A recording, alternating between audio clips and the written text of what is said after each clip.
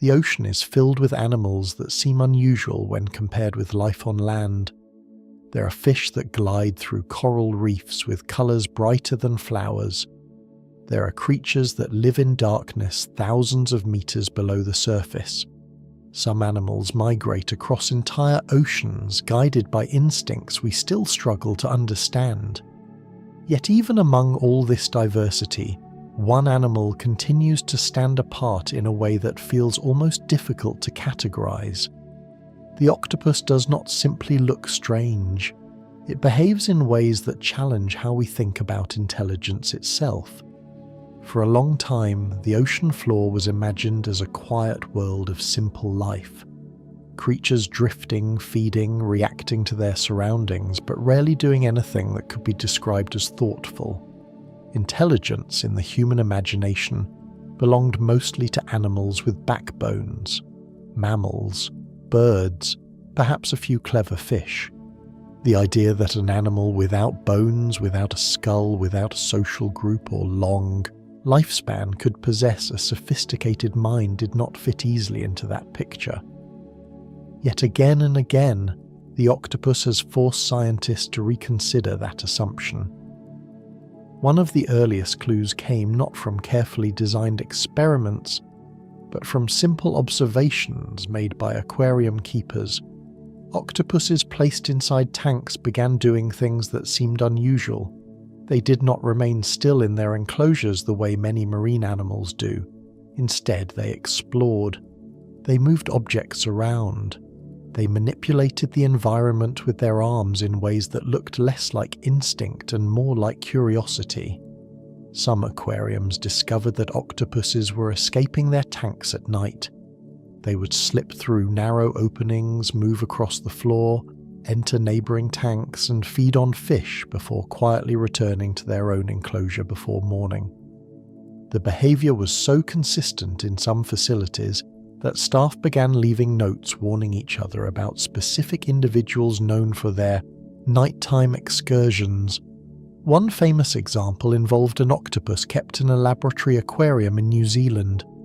The animal repeatedly climbed out of its tank, travelled across the floor, and slipped into a nearby tank containing fish.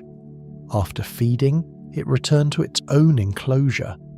At first, the researchers assumed the fish were disappearing due to some unnoticed mechanical issue. Only later did they discover the true explanation. The octopus had simply learned how to open the lid. Stories like this might sound anecdotal at first, but they appear repeatedly in laboratories and aquariums around the world. Octopuses are known to manipulate locks, unscrew containers, and navigate obstacles with remarkable persistence. In one experiment, researchers placed food inside a sealed jar and presented it to an octopus.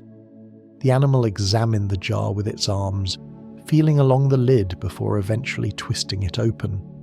At first, the process was slow and uncertain, but over repeated trials, the octopus improved. It learned. Soon the jar could be opened within seconds. Learning itself is not unique in the animal kingdom. Many creatures can adjust their behavior based on experience. What made these observations different was the flexibility involved. Octopuses were not simply repeating fixed actions. They were experimenting. In another study, octopuses were placed in a maze designed to test spatial memory. The animals explored the maze with their arms, navigating turns and corridors until they located the exit where food was placed. Over time, they began to remember the correct route. When the experiment was repeated later, the octopuses reached the exit more quickly, suggesting they retained memory of the previous experience. But perhaps even more striking than problem-solving is the way octopuses approach unfamiliar situations. When presented with a new object, many animals either ignore it or react cautiously. Octopuses, by contrast, often investigate. Their arms stretch forward, suckers touching and tasting surfaces as they slowly explore the object's shape. In laboratories, researchers have observed octopuses manipulating toys, stacking objects, and even directing streams of water toward items in their tank using a siphon. One octopus became famous for repeatedly squirting water at a light above its aquarium, eventually short-circuiting it. The behavior seemed deliberate. These observations gradually began to change how scientists viewed the animal. Intelligence was no longer defined only by brain size or social complexity. The octopus demonstrated that sophisticated behavior could arise under very different conditions. One of the reasons this discovery was so surprising lies in the evolutionary distance between octopuses and humans. When we compare ourselves with mammals or birds, we're looking at species that share relatively recent ancestors. But the evolutionary path leading to octopuses diverged from ours more than 500 million years ago. At that time, the earliest animals with simple nervous systems were only beginning to appear. The world looked completely different. Complex ecosystems had not yet formed. The first vertebrates were still far in the future. From that ancient point onward, two very different branches of life began evolving separately. One eventually produced fish, reptiles, birds, and mammals. The other led to mollusks, including snails, clams, and eventually cephalopods like squid and octopuses. This means the intelligence of the octopus did not develop from the same foundations as human intelligence. It did not arise through the same evolutionary pressures that shaped primates or dolphins. Instead, it emerged along a completely separate path. For scientists studying cognition, this realization carries profound implications. If complex intelligence can evolve independently in two very different branches of life, then intelligence itself may not be as rare as once believed. Yet the octopus does not simply think differently because of its evolutionary history. Its entire biology is unusual. Unlike vertebrates, whose nervous systems are concentrated inside a central brain, the octopus distributes much of its neural processing throughout its body. An octopus possesses roughly 500 million neurons. That number places it in a similar range to some mammals, but the distribution is extraordinary. Only about a third of those neurons reside in the central brain. The majority are located inside the arms. Each arm contains dense networks of nerve cells capable of processing sensory information and coordinating movement.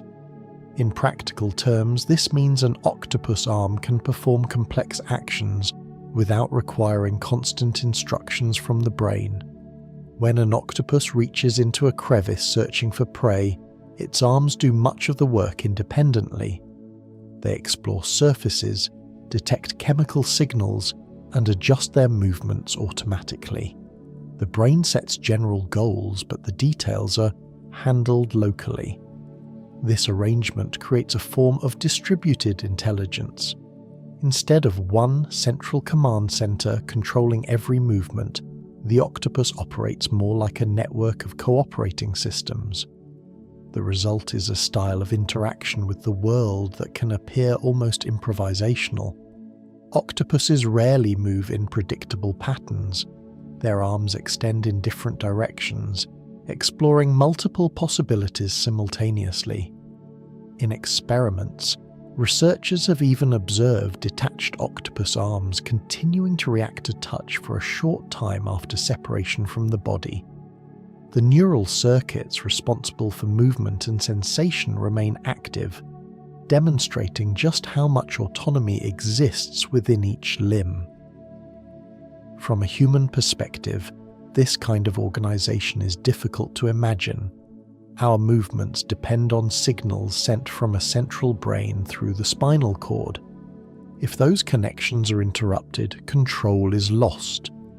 For the octopus, however, intelligence is spread throughout the body. Understanding this system has become one of the most fascinating challenges in modern neuroscience. Researchers studying octopus cognition often describe it as encountering a different model of intelligence entirely. Where human thinking relies on centralized planning and coordination, the octopus appears to rely on a blend of central decision-making and local problem-solving. The arms gather information, experiment with solutions, and respond to stimuli in ways that blur the boundary between reflex and intention. This combination of flexibility and independence allows octopuses to adapt quickly to new environments. When confronted with unfamiliar situations, they do not rely solely on instinct, they explore. In some laboratory studies, octopuses have demonstrated the ability to remember specific tasks for extended periods.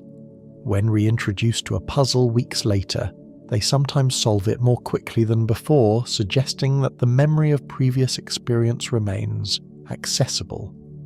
Perhaps even more intriguing are the differences between individuals. Just as humans vary in temperament, octopuses appear to possess distinct personalities. Some are bold, quickly approaching new objects or exploring unfamiliar spaces. Others remain cautious, observing before acting. Scientists studying these behaviors have categorized octopus personalities using terms such as active, reactive, and avoidant. These patterns remain consistent over time, indicating that personality traits may be stable characteristics rather than temporary moods. Taken together, these discoveries paint a picture of an animal that does far more than simply survive. The octopus interacts with its environment in ways that suggest awareness, adaptability, and perhaps even a form of curiosity.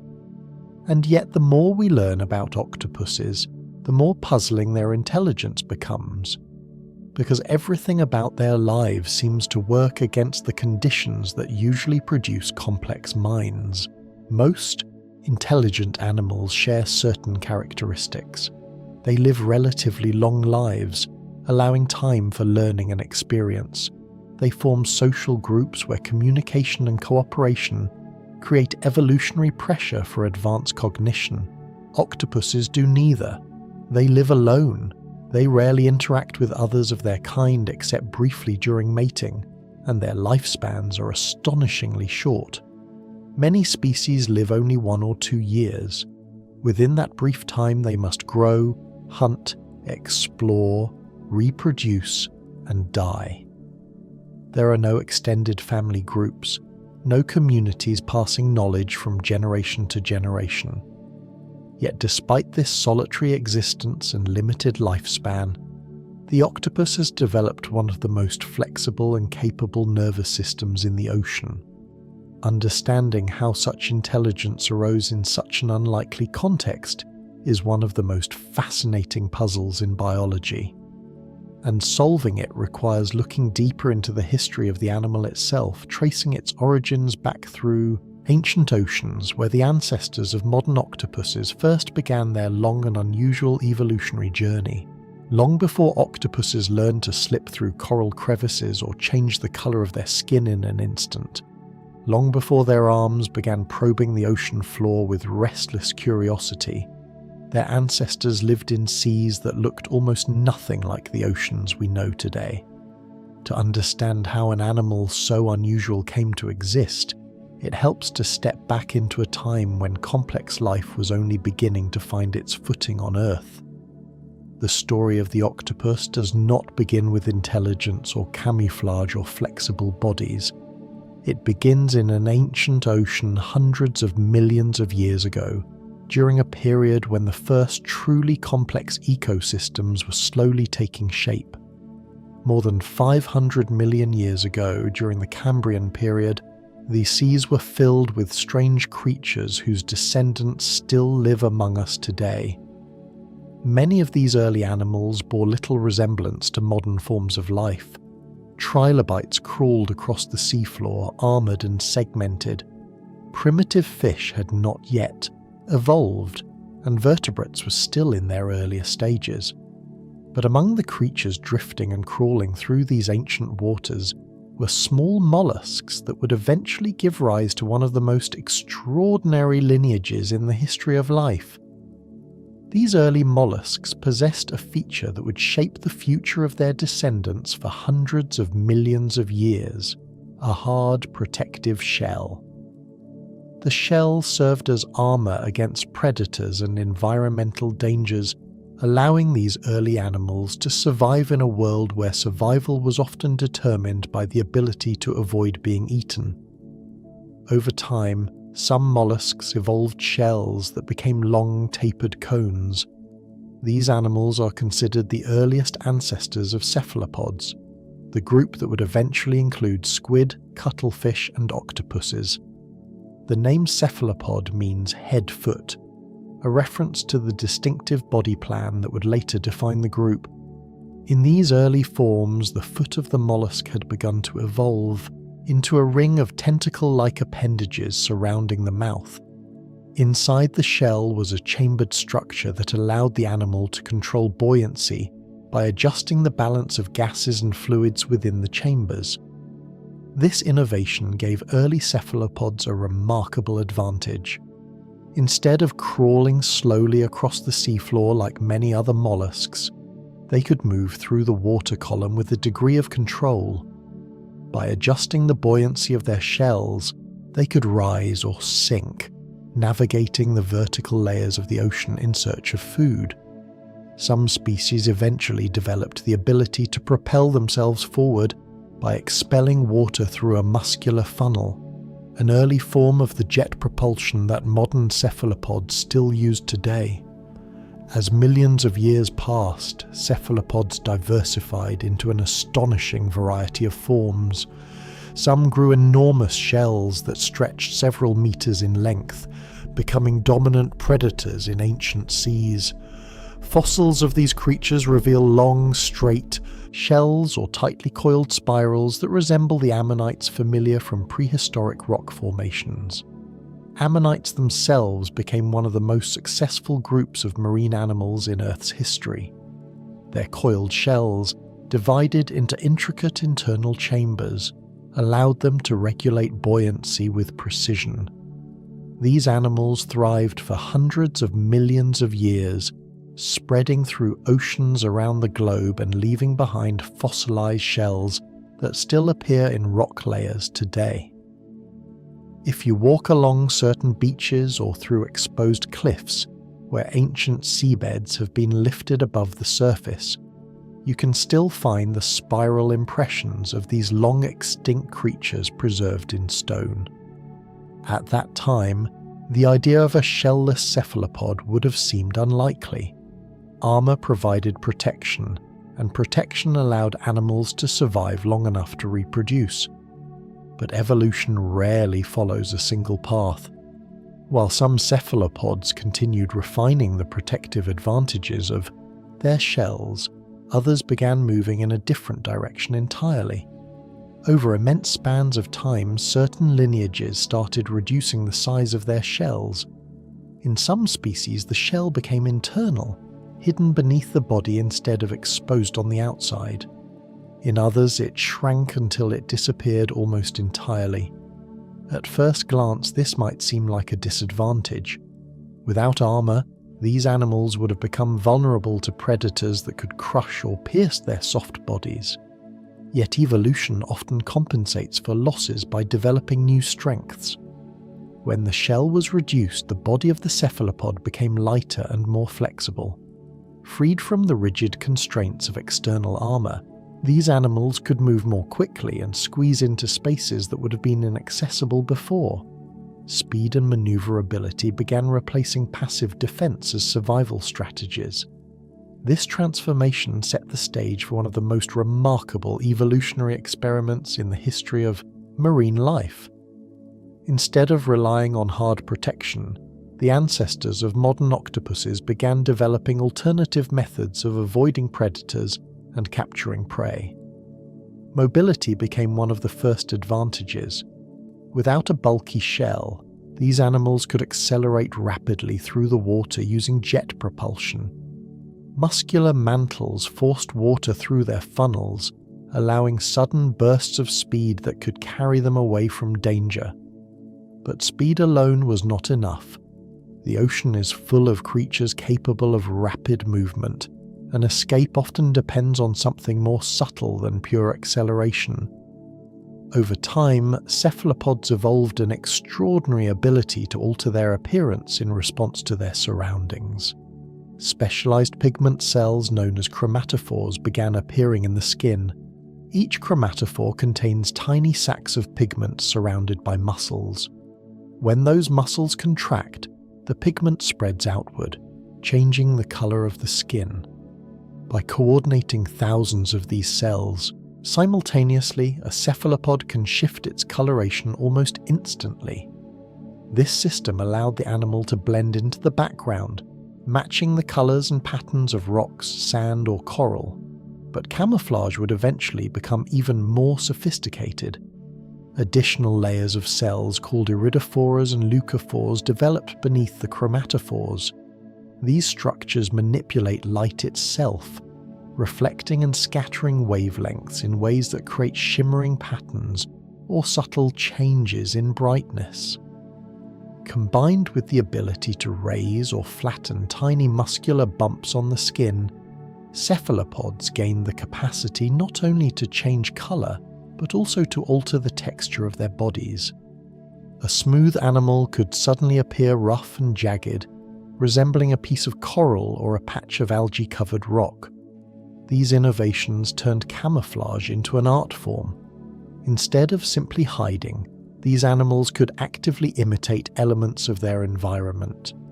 The advantages of such abilities are obvious. In a world filled with predators, the best defense is often to remain unseen. At the same time, camouflage also became a powerful hunting strategy. By blending into the background, a cephalopod could approach prey without triggering alarm. But the loss of the shell created another challenge that required a different solution. Without rigid armor, the body itself had to become more versatile. Muscles arranged in complex layers allowed the animal to control the shape of its body with remarkable precision. Instead of relying on bones or exoskeletons for support, cephalopods developed what biologists call a hydrostatic skeleton. In this system, the structure of the body is maintained by the pressure of fluid within tissues, combined with coordinated muscle contractions. This design allowed for movements that would be impossible for animals with rigid skeletons. Arms could bend in any direction, elongate, contract, or twist around objects with astonishing dexterity. Over time, the descendants of these early shell-reducing cephalopods diverged into different groups. Some evolved into squid, maintaining streamlined bodies suited for life in open water. Others became cuttlefish, retaining an internal shell called a cuttlebone that helped regulate buoyancy. And in one lineage, the shell vanished almost completely. These animals became the first true octopuses. Unlike squid or cuttlefish, octopuses adapted to life primarily along the ocean floor. Their bodies became even more flexible, allowing them to crawl across rocks and slip into narrow crevices where predators could not follow. The arms surrounding their mouths grew stronger and more independent, equipped with rows of sensitive suckers capable of gripping surfaces and manipulating objects. Living close to the seafloor also exposed these animals to an environment filled with complexity. Coral reefs, rocky coastlines, and underwater caves offered endless hiding places, obstacles, and opportunities. Navigating such landscapes required more than simple reflexes. It demanded awareness of surroundings, memory of safe shelters, and the ability to adapt quickly when circumstances changed. Over millions of years, these pressures began shaping the nervous system of the octopus lineage in ways that would eventually produce one of the most sophisticated minds among invertebrates. In this sense, the loss of the shell did far more than remove a protective barrier. It forced an entirely new approach to survival. Instead of relying on armor, the ancestors of octopuses invested in mobility, camouflage, sensory awareness, and flexible problem-solving. Each of these traits reinforced the others. A flexible body allowed the animal to explore tight spaces. Camouflage allowed it to remain hidden while doing so. Sensitive suckers gathered detailed information about the environment. A complex nervous system coordinated all these abilities into a fluid and responsive whole. Seen from this perspective, the octopus is not simply a curious creature that happens to be intelligent. Its intelligence is the culmination of a long chain of evolutionary changes that began hundreds of millions of years ago, when a lineage of ancient cephalopods abandoned the protection of their shells and entered a world where survival depended on becoming something far more adaptable. For hundreds of millions of years, the evolutionary path that led to the octopus had been gradually moving toward a very unusual conclusion. The shell that once protected its ancestors had disappeared, leaving behind an animal that would rely entirely on the structure of its own body to survive. The result is a creature that looks almost fluid when it moves, an animal whose form seems capable of reshaping itself moment by moment. Watching an octopus glide across the seafloor or slip into a crevice, it becomes clear that the body of this animal follows very different rules from the bodies we're familiar with on land. Humans and most other vertebrates are built around rigid frameworks. Bones define our shape and limit how we can move. Muscles attach to these bones and contract to produce movement, but the skeleton ultimately determines the range of motion. Without bones, our bodies would collapse under their own weight. For an octopus, however, bones have never been part of the design. Instead of a skeleton, the octopus body is supported by what biologists call a hydrostatic system. The principle behind this system is surprisingly simple. Inside the arms and much of the body there is no empty space. Instead, tissues are densely packed with muscle fibers arranged in different orientations. These muscles surround fluid-filled compartments that cannot easily compress. When the muscles contract, they change the shape of these compartments, producing movement and structural support at the same time. It is a bit like squeezing a water balloon.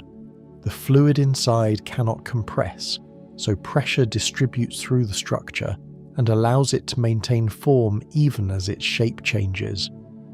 In the octopus, layers of muscles run lengthwise along the arms, while other layers circle around them like rings. When the circular muscles contract, the arm becomes longer and thinner. When the longitudinal muscles contract, the arm shortens and thickens. Because these muscles can activate in different combinations, an octopus arm can bend, twist, elongate, or curl in almost any direction imaginable. This arrangement gives the animal extraordinary flexibility. Unlike creatures with joints that bend only in specific ways, an octopus arm has no fixed pivot points. It can curve smoothly along its entire length, allowing movements that resemble the motion of a ribbon drifting through water. When the animal explores its surroundings, its arms rarely move in straight lines. Instead, they flow outward, touching rocks and sand, wrapping around objects, probing gaps that might hide prey or shelter. Each arm is equipped with dozens or sometimes hundreds of suckers, and every one of those suckers can grip surfaces with impressive strength. The suckers themselves are small marvels of engineering. Each one contains muscular structures capable of creating a vacuum seal when pressed against a surface. Once attached, the sucker can hold firmly even against strong currents, but suction is only part of the story. Each sucker also contains thousands of sensory receptors that detect chemicals in the water. In practical terms, this means an octopus does not simply feel what it touches, it tastes it as well. As an arm slides across a rock, the suckers gather chemical clues about what has recently passed over that surface. The trail of a crab, the presence of algae, or the faint residue left by another animal can all be detected through these sensors. For the octopus, the environment is filled with information that flows through its arms as it explores. The absence of bones also allows the octopus to accomplish feats of movement that would be impossible for most animals. One of the most remarkable is its ability to squeeze through incredibly small openings. If you look at an octopus resting on the ocean floor, its body may appear relatively large and rounded. But this impression can be misleading. The only hard structure inside an octopus is its beak, a sharp, parrot-like mouthpart located where the arms converge. This beak is used to break open the shells of prey such as crabs and clams. Apart from that small structure, the rest of the animal's body is soft tissue. Because of this, an octopus can compress itself dramatically. If an opening is large enough to allow the beak through, the rest of the body can usually follow. Divers have observed octopuses slipping through gaps that appear barely wider than a coin. The animal simply contracts its muscles, elongates its body, and flows through the space like liquid being poured from a container. In laboratories and aquariums, octopuses have escaped enclosures by squeezing through filtration pipes, drainage holes, and other narrow passages that seemed far too small for them to pass. This ability to reshape the body provides not only an escape mechanism, but also an effective hunting strategy. Many prey species hide in cracks between rocks or inside coral formations where larger predators cannot reach. An octopus can extend a slender arm into these spaces, probing gently until it encounters movement. Once prey is located, the arm curls around it, the suckers gripping firmly as the animal pulls its catch toward the mouth. But flexibility is only one aspect of how the octopus body functions. Movement through open water requires a different mechanism, and here the octopus relies on a form of propulsion that has fascinated scientists for centuries. If you watch an octopus swimming, you may notice that it sometimes folds its arms behind its body and suddenly shoots forward. This movement is produced by jet propulsion, a method of locomotion that works by forcing water through a specialized structure called the siphon. The siphon is a flexible tube located beneath the head. When the octopus wants to move quickly, it contracts the muscles of its mantle, the muscular sac that contains its internal organs. Water inside the mantle cavity is pushed out through the siphon in a powerful jet.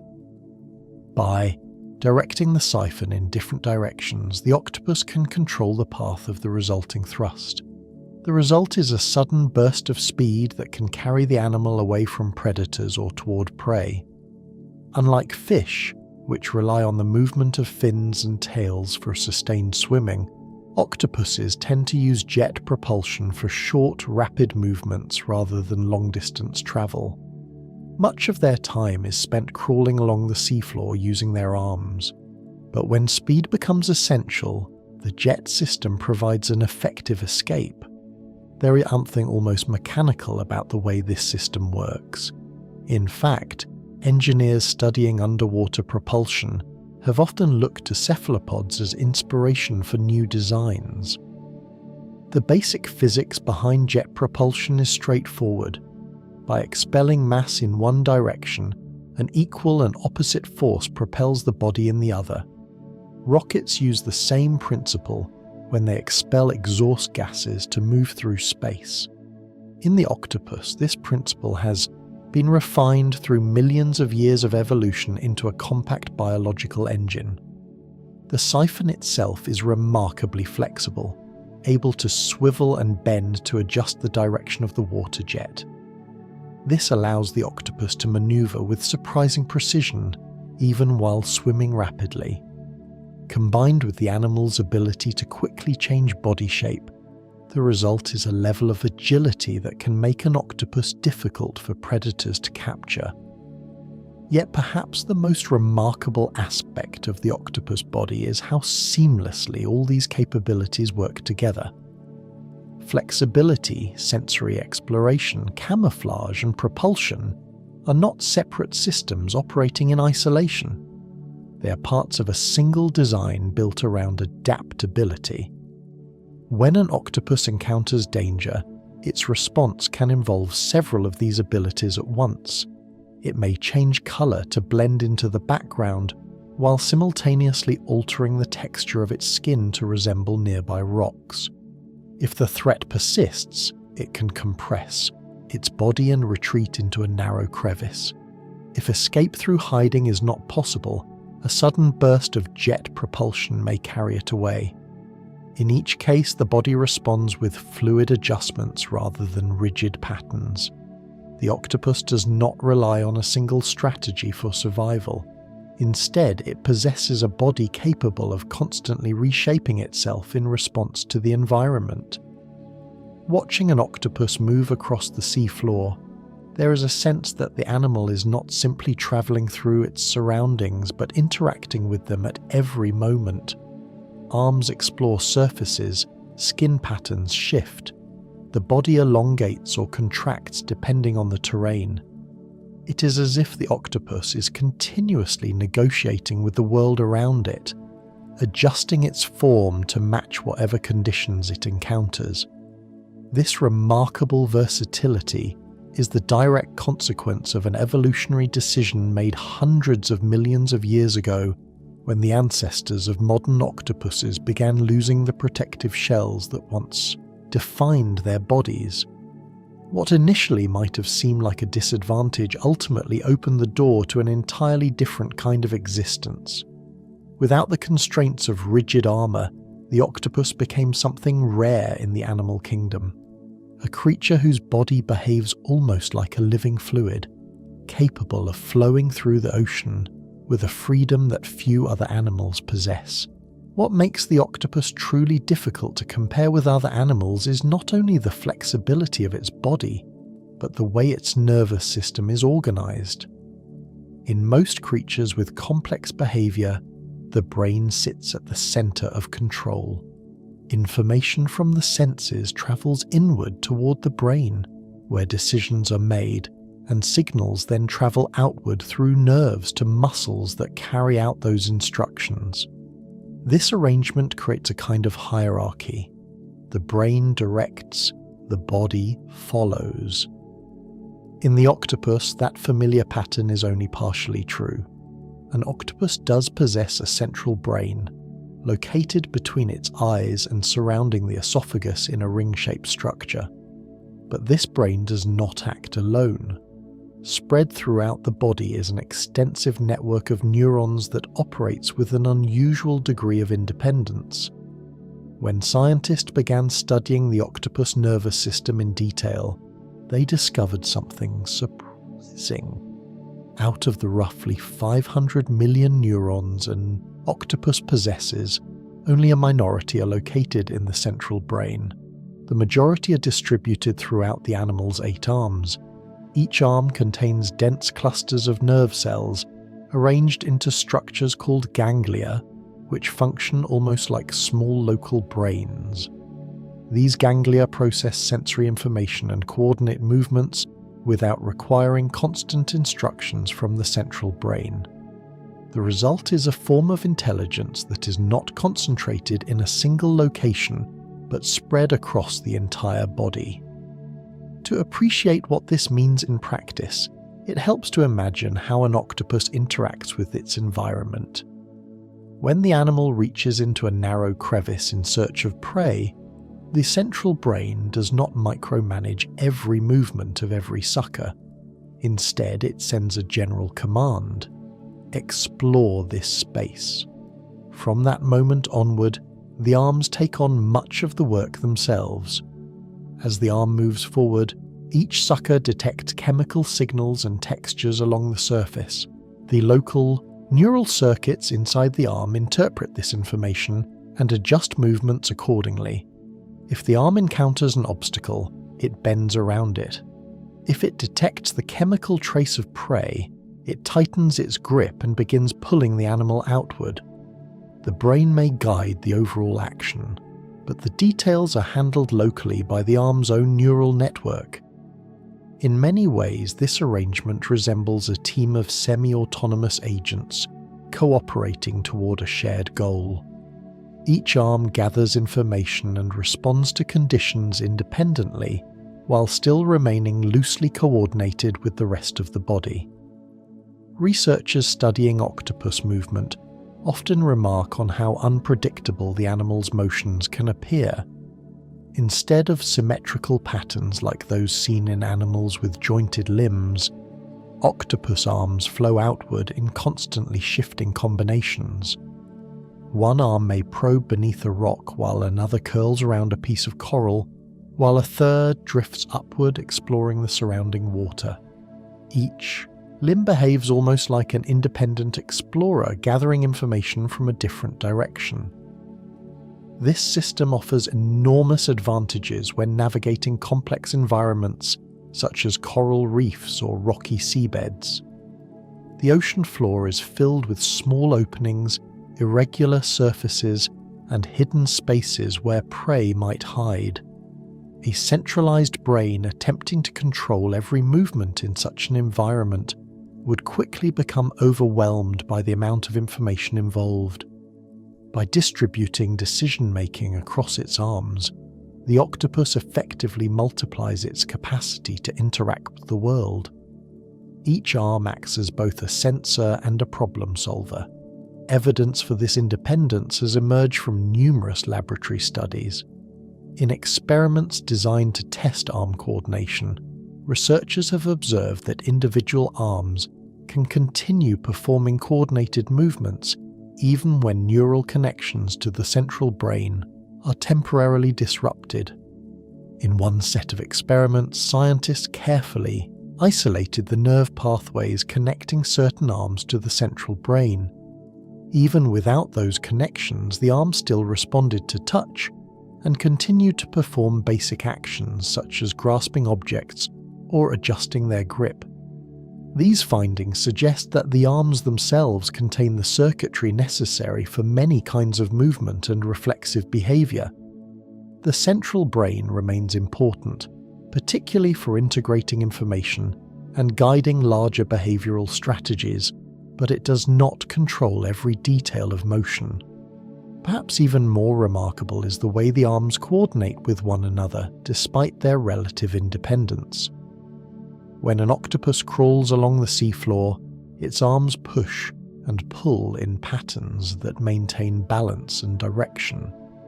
When capturing prey, several arms may converge on the same target simultaneously, wrapping around it with synchronized movements. This coordination arises through continuous communication between the arms and the central brain. Signals travel along nerve pathways, allowing information gathered by one arm to influence the behavior of others. But unlike the rigid command chains seen in many animals, the system remains flexible.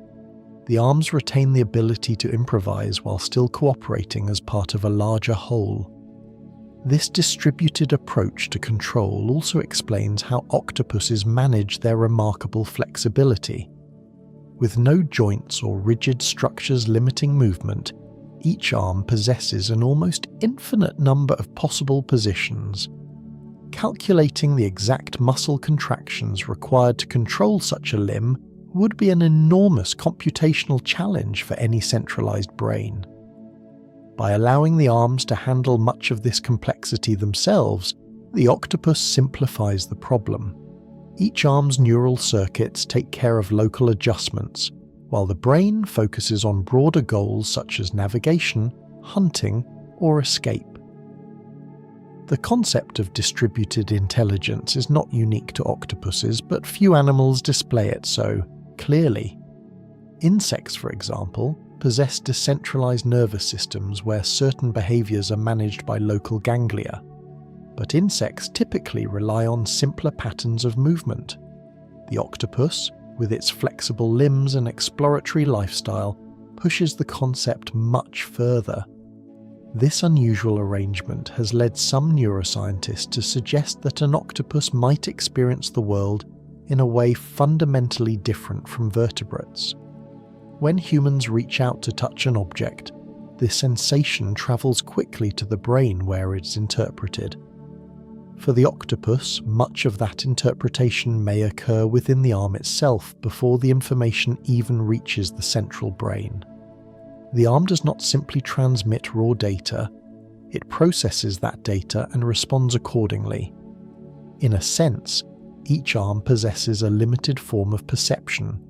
It detects textures, chemical signals, and physical resistance, and it acts on those inputs in real time. This leads to an intriguing possibility. Instead of viewing the octopus as a single mind controlling 8 limbs, it may be more accurate to think of it as a network of interacting intelligences. The central brain coordinates overall behavior, but the arms contribute their own decisions and adjustments. Some scientists have described this arrangement as the closest thing in nature to a distributed computing system.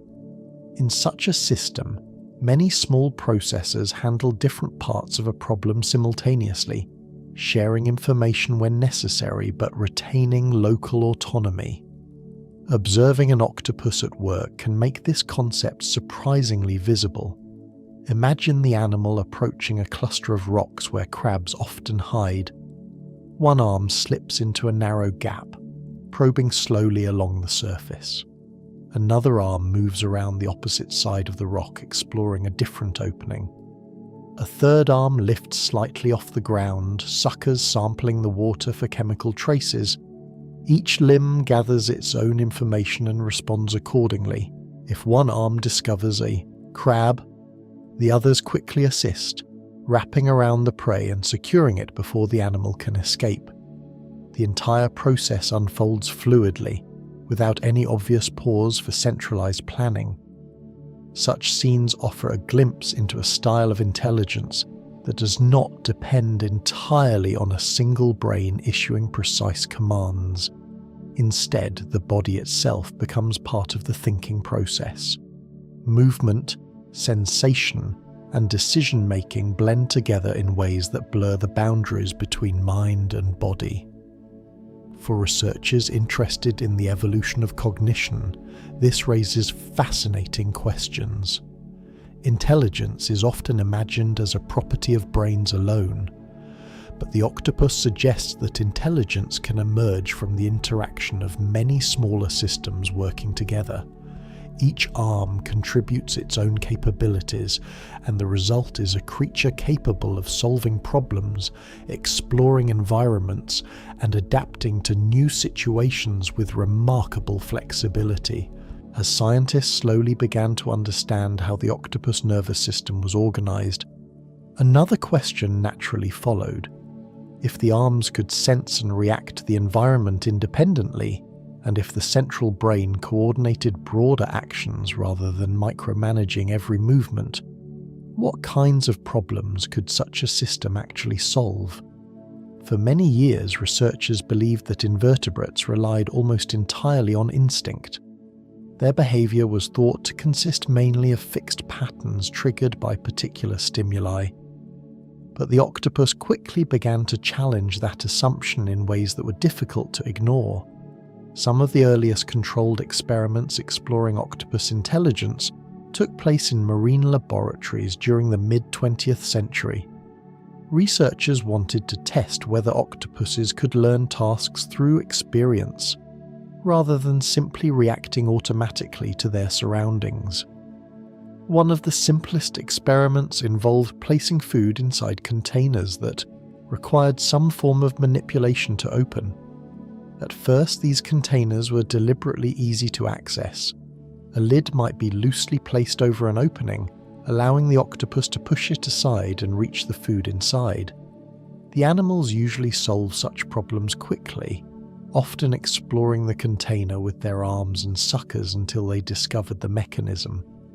But what fascinated researchers was not that the octopuses eventually opened the containers. It was the way their approach changed over time. During the first attempt, the animal might spend several minutes feeling along the edges of the lid, testing different movements.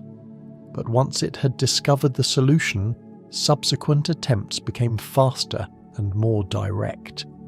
This pattern suggested something beyond simple trial and error. The octopus appeared to remember what had worked before and apply that knowledge later. One particularly famous version of this experiment involved placing food inside a glass jar sealed with a screw-top lid.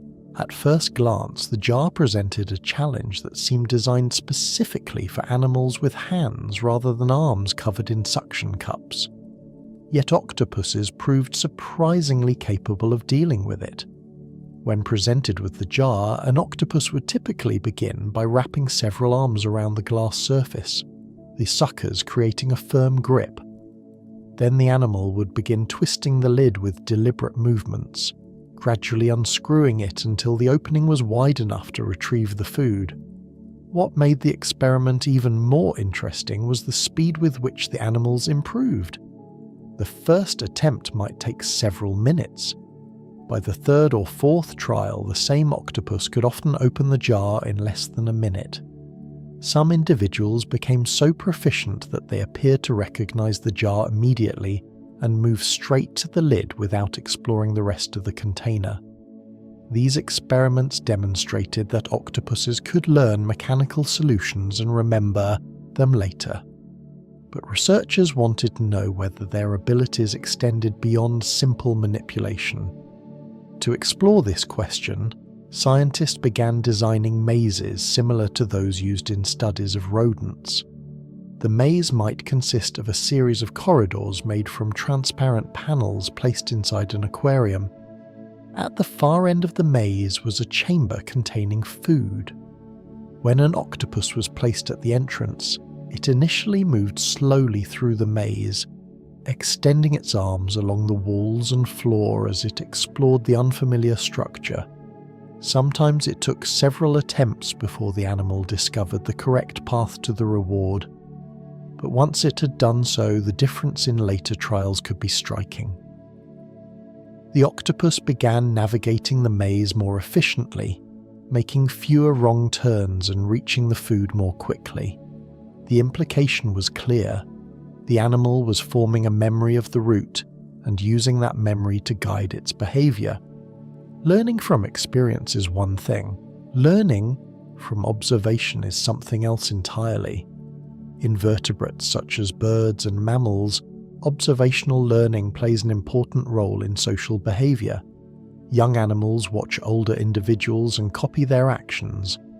For a long time, scientists assumed that such learning would be unlikely in animals as solitary as octopuses. Yet experiments conducted in the early 2000s suggested otherwise. In these studies, one octopus was trained to distinguish between two objects, such as a red ball and a white ball. One object was consistently associated with food, while the other was not. After repeated trials, the trained octopus learned to approach the correct object. Researchers then placed a second octopus in a nearby tank, where it could observe the first animal performing the task. The observer could see the trained octopus selecting the correct object and receiving a reward. When the observer was later given the same test, it often chose the correct object much sooner than animals that had not watched the demonstration.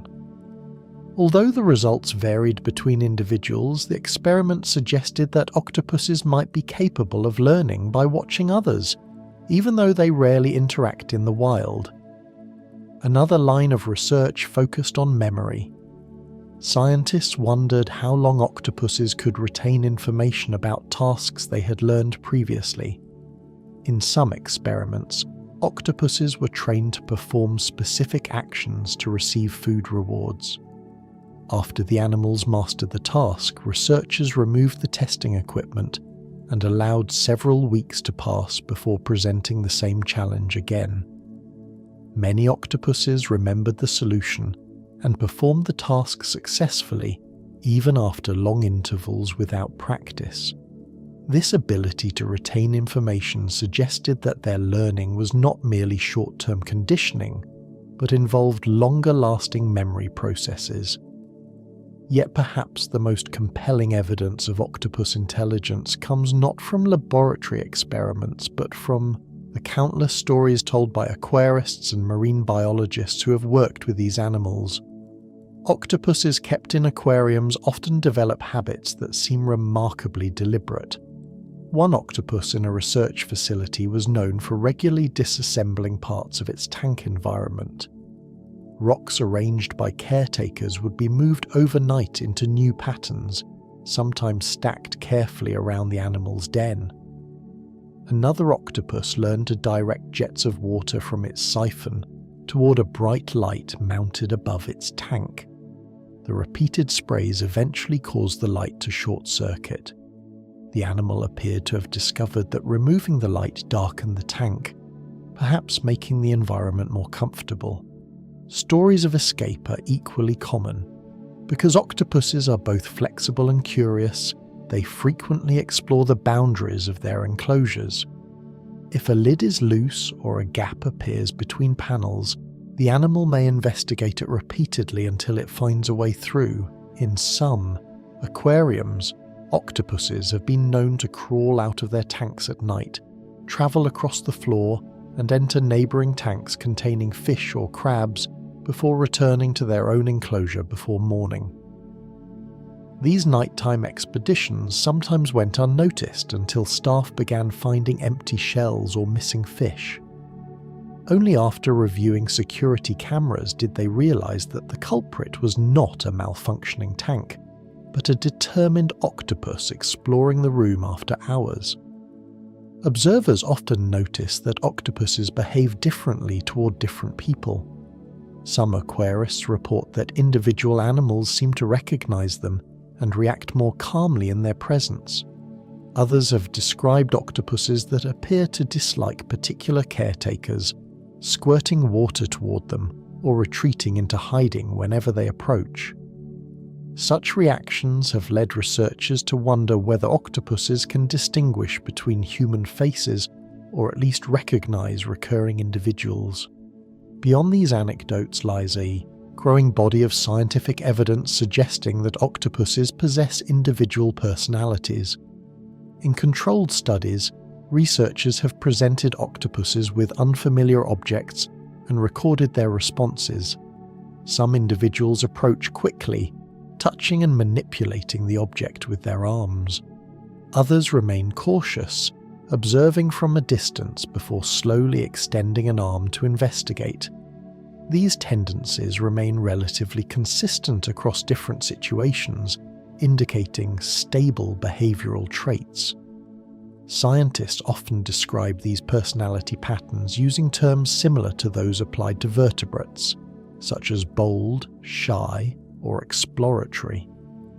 The existence of personality in a short-lived solitary animal adds another layer of mystery to the octopus story. Personality traits in social animals often arise because individuals occupy different roles within a group. In octopuses, however, there are no long-term groups or hierarchies. Each individual lives largely alone, interacting with others only briefly during mating. Yet despite this solitary lifestyle, their behaviour varies in ways that suggest complex internal processes shaping how they respond to the world around them. Taken together, these experiments and observations reveal a creature capable of far more than simple reflexive behaviour. The octopus can learn from experience, remember solutions, explore unfamiliar objects, and adapt its actions based on previous outcomes. In laboratories, it solves puzzles designed to test cognitive flexibility. In aquariums, it rearranges its environment and occasionally outwits the barriers meant to contain it. Out on the seafloor, these same abilities play out in quieter ways as the animal searches for food, remembers safe hiding places, and navigates a world filled with shifting dangers and opportunities. Out on the ocean floor, intelligence alone is not always enough to survive. Even an animal capable of learning, remembering, and solving problems must still avoid the many predators that roam the underwater world. Fish patrol the reefs, Moray eels lurk within crevices, and larger hunters move silently through open water. For a soft-bodied animal without a shell, remaining unseen can mean the difference between life and death. This is where the octopus reveals one of its most extraordinary abilities. At first glance, the skin of an octopus may appear smooth and unremarkable, but beneath that surface lies one of the most advanced camouflage systems found anywhere in nature. The skin itself is layered with specialized structures that work together to change color, brightness, and even texture in ways that allow the animal to blend almost perfectly with its surroundings. The most visible of these structures are chromatophores, tiny pigment sacs embedded throughout the skin. Each chromatophore contains a small pocket filled with colored pigment, usually shades of red, brown, or yellow. Surrounding that pigment sac is a ring of microscopic muscles connected directly to nerves. When those muscles contract, they pull the sac outward, spreading the pigment across the surface of the skin like a miniature umbrella opening. When the muscles relax, the sac shrinks back into a small dot. Because an octopus has thousands upon thousands of chromatophores spread across its body, it can control them individually or in coordinated patterns. The result is a dynamic surface capable of shifting colors in a fraction of a second. A pale patch of skin can darken instantly. Stripes can appear and disappear. Spots can ripple across the body like moving shadows. Yet chromatophores are only the first layer of this system. Beneath them lie other specialized cells known as iridophores and leucophores. These cells do not contain pigment. Instead, they manipulate light itself. Iridophores are composed of stacks of reflective plates that can scatter incoming light, producing shimmering colors that change depending on the angle from which they are viewed. Some reflect blues and greens, while others create subtle metallic sheens that blend with the shifting colors produced by chromatophores above them. Leucophores function slightly differently. Rather than reflecting specific wavelengths, they scatter light broadly, creating white or neutral tones that help balance the overall appearance of the skin. Together, these layers form a complex optical system capable of producing an enormous variety of visual effects. But color alone is not enough to create convincing camouflage. The surfaces of the ocean floor are rarely smooth or uniform. Rocks, coral, and algae create irregular textures that break up outlines and cast small shadows. To imitate these features, the octopus relies on another remarkable adaptation known as papillae. Papillae are small muscular structures embedded in the skin that can rise or flatten depending on how the muscles beneath them contract. When extended, they create bumps, ridges, or pointed projections that transform the skin's texture. A smooth octopus resting on sand can suddenly appear rough and jagged, resembling a piece of coral or a cluster of algae-covered stones. When the papillae retract, the skin becomes smooth again, erasing those features instantly. By combining the control of chromatophores, iridophores, leucophores, and papillae, the octopus can alter its appearance in ways that seem almost magical. Divers often describe watching an octopus glide across the seafloor and disappear before their eyes, not by swimming away but by blending so perfectly with the surrounding rocks that the animal becomes nearly impossible to distinguish. The speed of these transformations is particularly striking. In some cases, the change takes less than a second. An octopus resting on pale sand may suddenly darken as it moves onto a patch of rock. The pattern shifts automatically, matching the new environment without hesitation. Observers sometimes see waves of color ripple across the body as chromatophores open and close in coordinated sequences, adjusting the pattern as the animal moves. One of the most fascinating aspects of this ability is that it does not appear to require careful thought. The octopus does not pause to examine its surroundings before deciding which colour to adopt. Instead, the process seems almost automatic, guided by sensory information and neural circuits that link perception directly to skin response.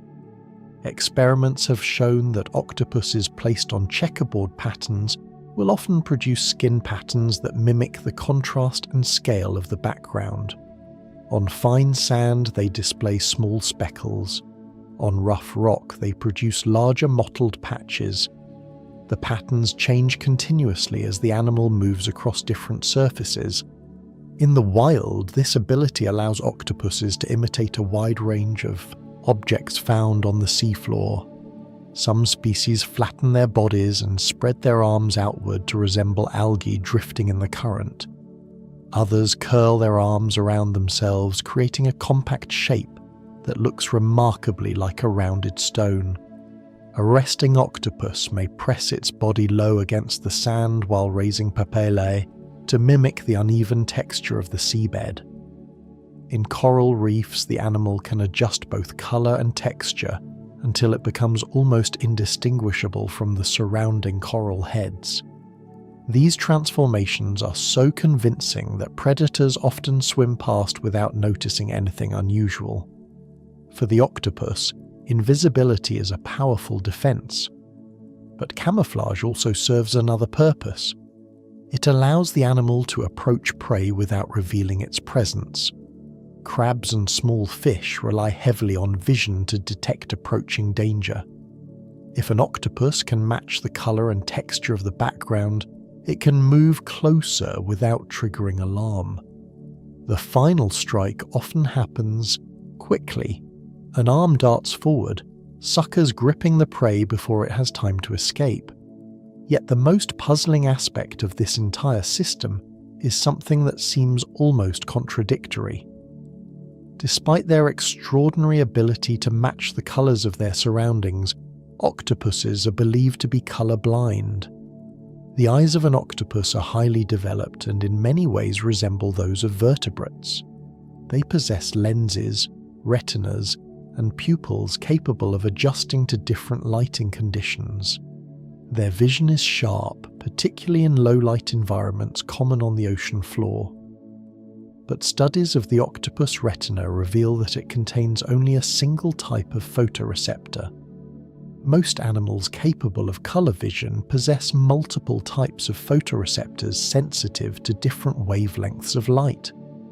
By comparing signals from these receptors, the brain can distinguish colours. Humans, for example, have 3 types of cone cells that allow us to perceive a wide spectrum of colours. The octopus, by contrast, appears to have only 1. This means its eyes may detect brightness and contrast very effectively, but not colour differences in the way we experience them. How then can an octopus match the colours of rocks, algae, or coral if it cannot see colour? Scientists have proposed several possible explanations. One idea suggests that octopuses rely primarily on brightness and pattern rather than precise colour matching. By reproducing the contrast and texture of the background, the animal may create an illusion convincing enough to fool predators whose own colour vision may be limited. Another hypothesis involves the unusual shape of the octopus pupil, which forms a horizontal slit rather than a circular opening. Some researchers believe this pupil shape may allow the eye to detect subtle differences in the way light bends through water at different wavelengths. If true, the octopus might indirectly gather information about colour without possessing traditional colour receptors. A more recent theory proposes that chromatophores themselves may act as light sensors. Because each pigment sac responds directly to neural signals, it is possible that the skin can detect changes in light and adjust coloration locally without relying entirely on the eyes. In this scenario, the octopus body would function almost like a giant sensory surface, constantly monitoring the environment and adjusting its appearance accordingly. Although the exact mechanism remains uncertain, the result is undeniable.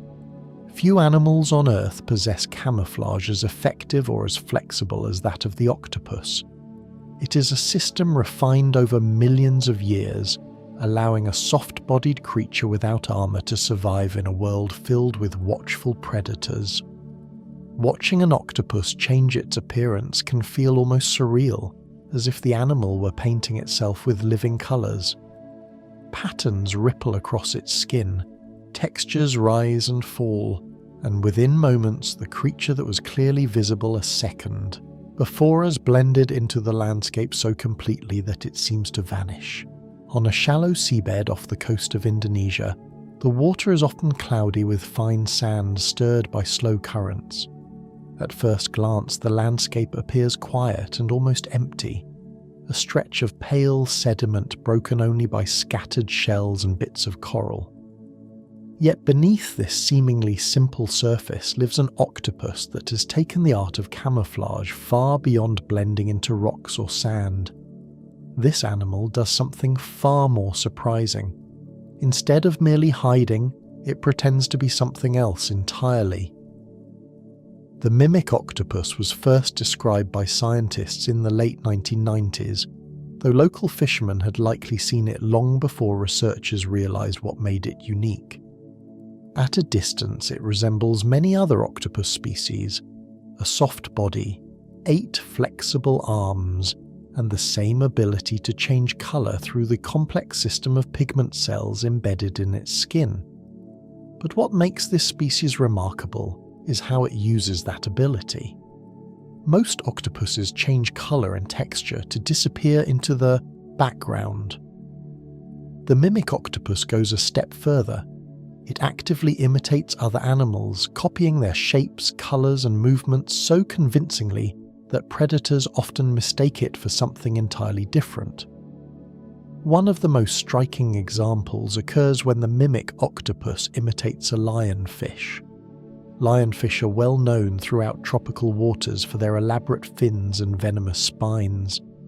Their bodies are decorated with bold stripes, and they move slowly through the water with their fins spread wide, creating an unmistakable silhouette that many predators prefer to avoid.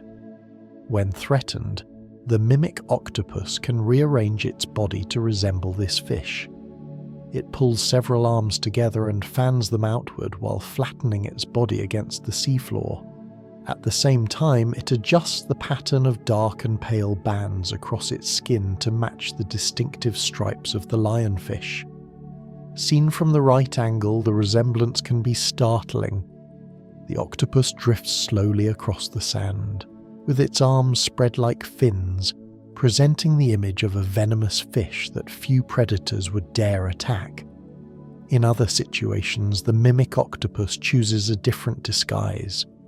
When danger approaches from above, it may imitate a sea snake, one of the most feared animals in tropical waters.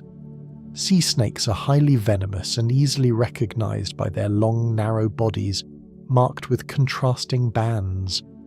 To copy this shape, the octopus buries most of its body beneath the sand and extends 2 of its arms in opposite directions along the surface. These arms adopt the same banded pattern through rapid color changes in the skin. From a distance, they resemble 2 separate sea snakes gliding through the sand, a sight that discourages many potential predators from coming closer. The mimicry does not stop there. Observers have recorded mimic octopuses imitating flatfish as well. Flatfish swim close to the seabed with their bodies flattened and their fins rippling in gentle waves. When the octopus adopts this disguise, it gathers its arms together behind its body and undulates them in a coordinated motion that mimics the movement of a fish's fins. The body becomes elongated, the coloration shifts to match the sandy bottom, and the animal glides across the seabed in a way that looks remarkably fish-like. These transformations reveal something important about how camouflage can function. In many animals, camouflage simply means remaining still and blending into the background. But the mimic octopus demonstrates that concealment can also involve movement and behavior. By copying the appearance and actions of other species, it creates a form of deception that works even when the animal is clearly visible. This strategy takes advantage of a concept known in biology as Bayesian mimicry. In this system, a harmless species gains protection by resembling another species that predators recognize as dangerous or unpalatable. Many insects use this technique, adopting the colors of stinging bees or toxic butterflies.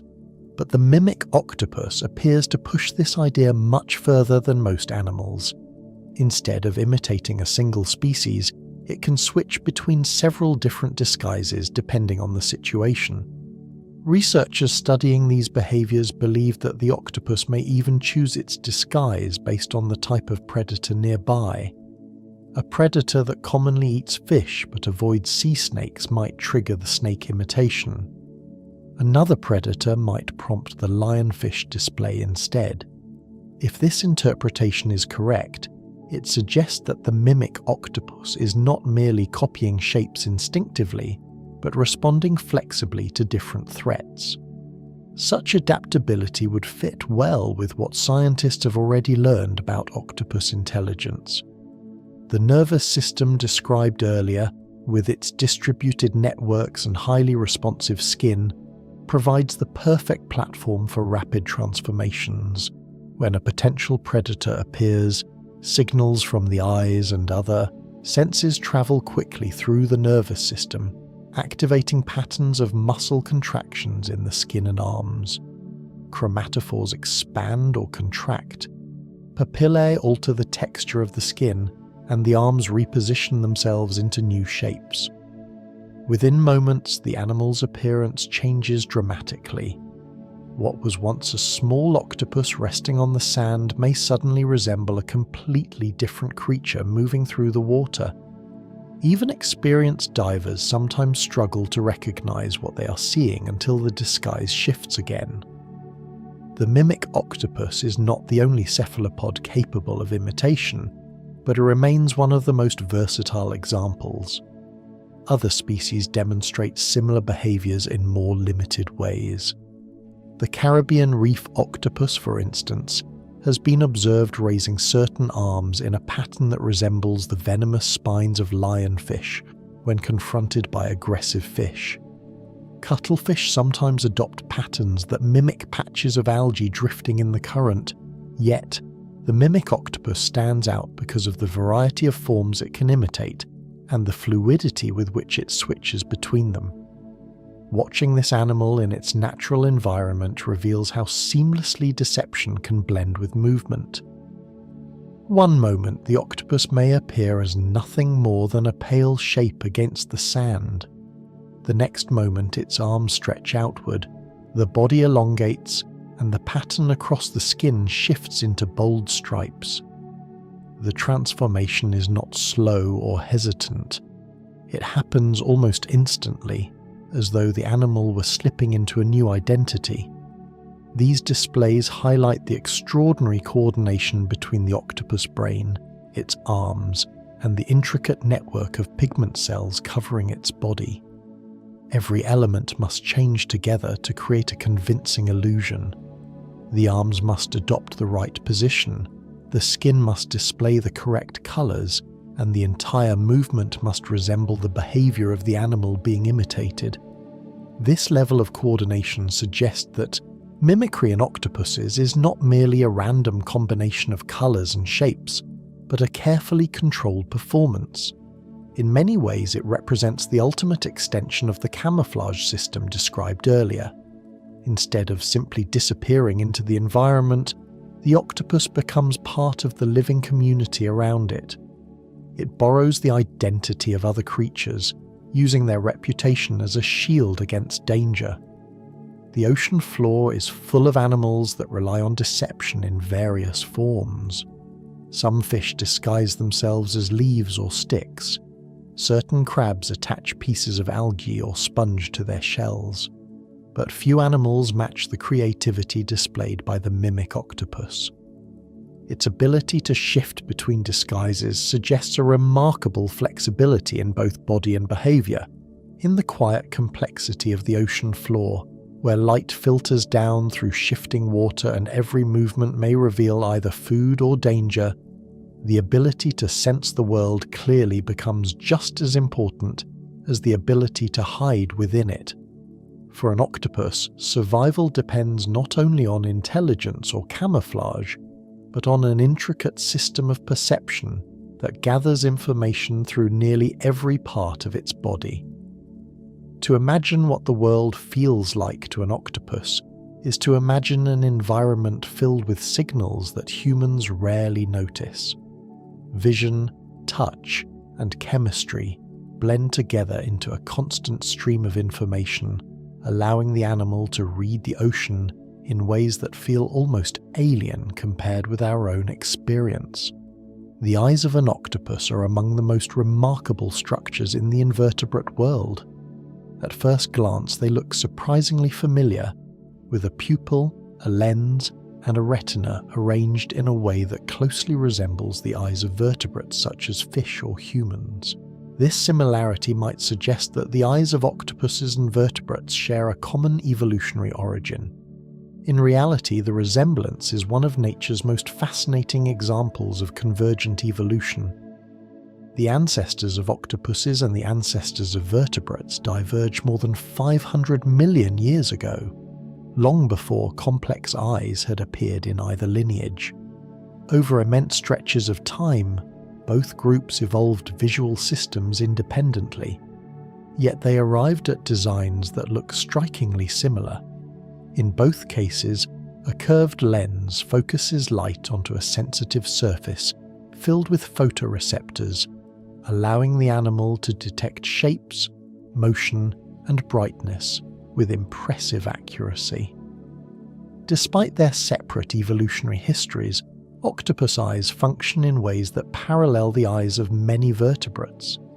They are particularly well adapted for life underwater, where light behaves differently than it does in air. The pupil of an octopus is shaped like a horizontal slit or a narrow rectangle, an unusual form that helps regulate the amount of light entering the eye. In bright conditions, the pupil narrows, protecting the sensitive retina from excessive light. In dim environments, it widens, allowing more light to enter and improving visibility in the low illumination common on the seafloor. This ability to operate effectively in dim conditions is crucial. Much of the octopus's world exists beneath overhangs, inside crevices, or along depths where sunlight becomes faint and scattered. In such places, subtle movements or shadows may be the only clues revealing the presence of prey or predators. The octopus retina is designed to detect these changes with remarkable sensitivity.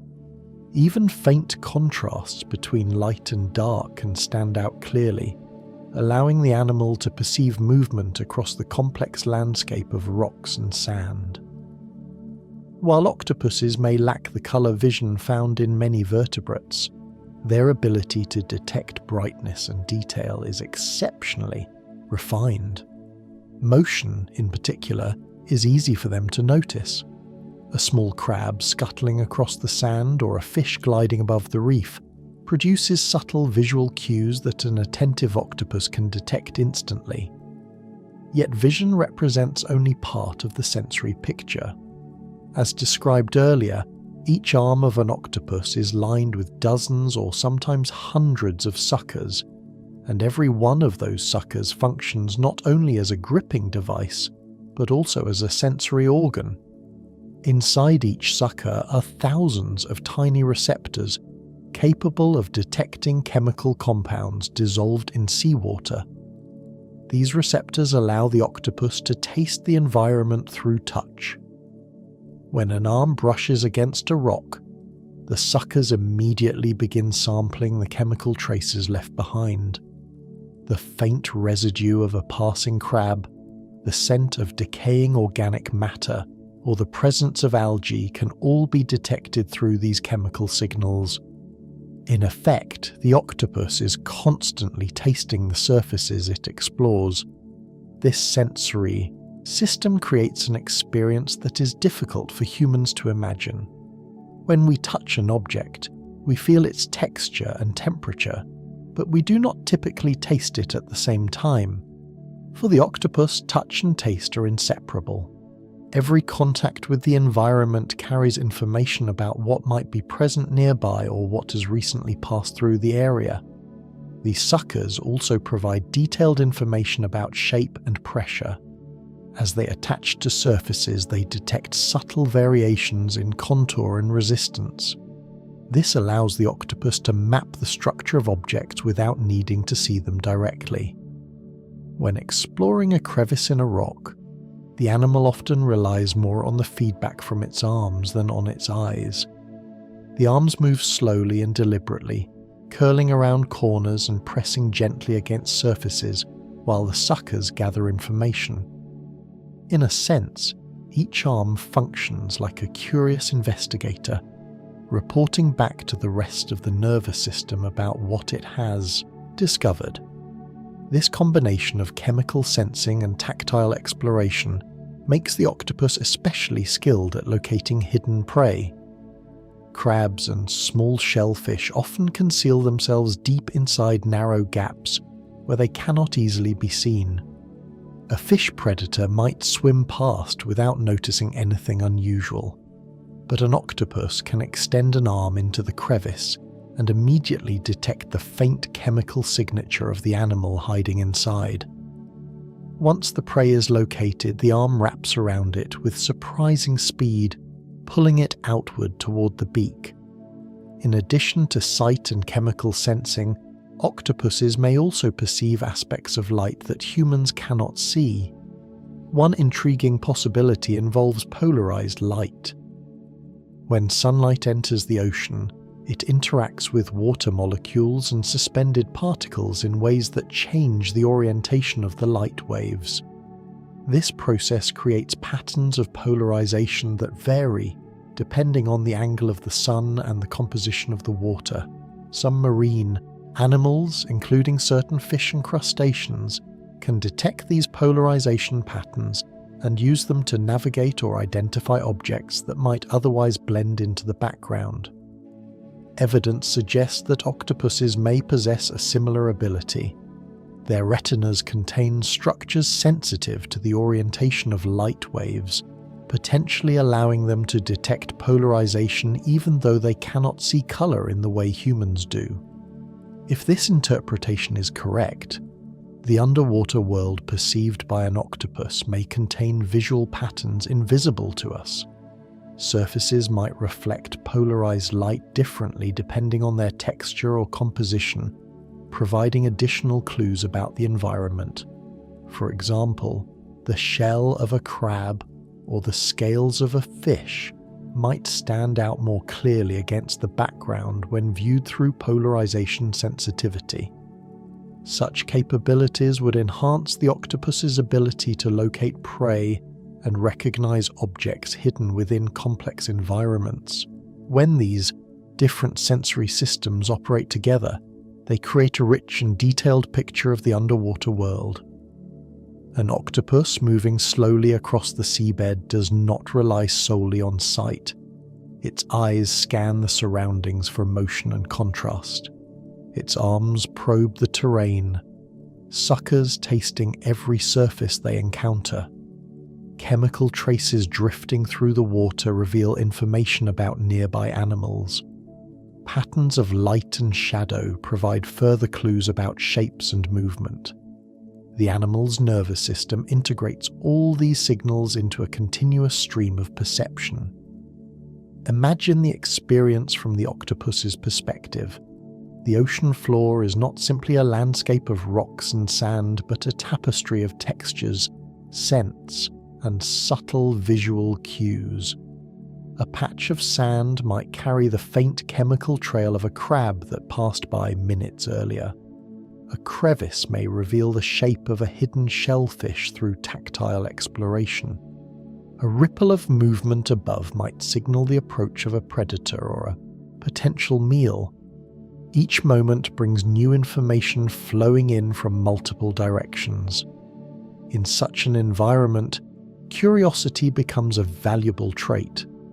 The octopus's tendency to explore objects with its arms is not merely idle behavior, it is part of the animal's primary method of understanding its surroundings. Every touch, every taste, every shift in light contributes to a growing map of the local environment, stored within the distributed networks of its nervous system. Over time, this map becomes richer and more detailed as the octopus learns which areas provide shelter, where prey is most abundant, and which locations might conceal danger. Across the ocean floor, the search for food rarely happens in open, obvious ways. Many animals that live among rocks, coral, and sand rely on concealment as much as speed, and the octopus is no exception. From the outside, it may appear to move slowly and cautiously, drifting across the seabed with arms extended like a living net. But beneath that calm movement lies a careful strategy shaped by millions of years of evolution. Hunting for an octopus is not a matter of chasing prey across open water. Instead, it is a quiet process of observation, patience, and sudden action. The seafloor environment rewards animals that can approach unnoticed. Small fish, crabs, shrimp, and mollusks often hide in crevices or bury themselves beneath sand. Many of these animals possess sharp senses of their own. A crab can detect vibrations in the water, and fish are often quick to dart away at the slightest hint of danger. For a predator without the streamlined speed of a fish, the best strategy is often to become invisible. This is where the octopus's remarkable camouflage abilities merge with its hunting behavior. An octopus searching for food frequently moves in short, careful bursts. It may flatten its body against the seafloor, adjusting its colours and skin texture until it resembles a patch of rock or algae. From this position, it waits. The animal's eyes scan the area while its arms stretch slowly across the substrate, suckers sampling the surface for chemical clues. If the faint scent of prey appears in the water, the arms begin to probe more deliberately. A small crab hiding inside a narrow gap may never see the predator approaching. One of the octopus's arms slips quietly into the crevice, feeling along the interior walls with its suckers. The arm bends and twists through spaces far too small for most predators to reach. The crab may attempt to retreat deeper into its shelter, but the arm follows patiently, guided by the chemical signals detected through each sucker. When the arm finally makes contact, it wraps around the prey with surprising strength.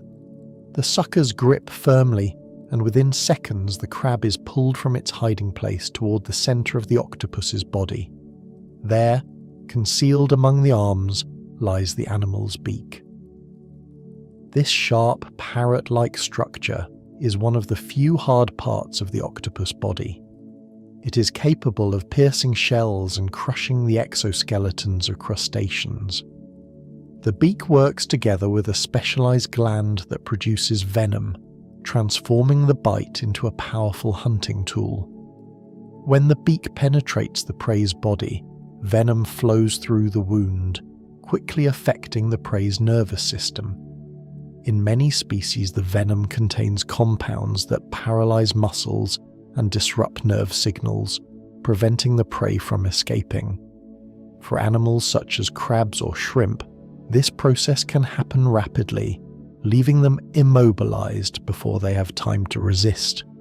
The use of venom in cephalopods likely evolved as a solution to a difficult problem. Without rigid skeletons or powerful jaws, early cephalopods needed a way to subdue prey that might otherwise fight back. Venom provided that advantage. By delivering a chemical weapon directly through the beak, the octopus could disable animals that were larger or better armored than itself. Over time, this strategy became refined, producing a range of venom types across different species. Some venoms act mainly as digestive aids, helping break down the tissues of prey once captured. Others contain potent neurotoxins capable of affecting the nervous systems of both prey and predators. Among the most famous examples is the venom of the blue-ringed octopus. Despite its small size, often no larger than a golf ball, this animal possesses one of the most powerful toxins found in the ocean. The blue-ringed octopus lives in shallow coastal waters of the Indo-Pacific region. Most of the time it appears relatively plain, its body pale yellow or brown, but when threatened, bright blue rings flash across its skin in a dramatic warning display. These rings are not simply decorative, they signal the presence of a venom that can be dangerous even to humans. The toxin responsible for this effect is called tetrodotoxin, a compound that interferes with the transmission of nerve signals in the body. Tetrodotoxin blocks sodium channels in nerve cells, preventing electrical signals from passing along nerves and muscles. When these signals are disrupted, muscles can no longer contract properly. In severe cases, the result is paralysis. Tetrodotoxin is not unique to octopuses. It appears in several marine organisms, including certain species of pufferfish and some types of newts. In many cases, the toxin is believed to originate from symbiotic bacteria living within the animal's tissues. These bacteria produce the toxin, which the host animal then stores in its body as a defensive or predatory tool. In the blue-ringed octopus, tetrodotoxin is concentrated in the salivary glands connected to the beak. When the octopus bites prey, a tiny amount of venom enters the wound. For small animals, this is enough to cause rapid paralysis. Fish struck by the venom may lose control of their muscles within moments, allowing the octopus to consume them without resistance. Although encounters with humans are rare, the venom is potent enough that even a small dose can affect the human nervous system. Yet for the octopus, venom is only one part of a much broader hunting strategy.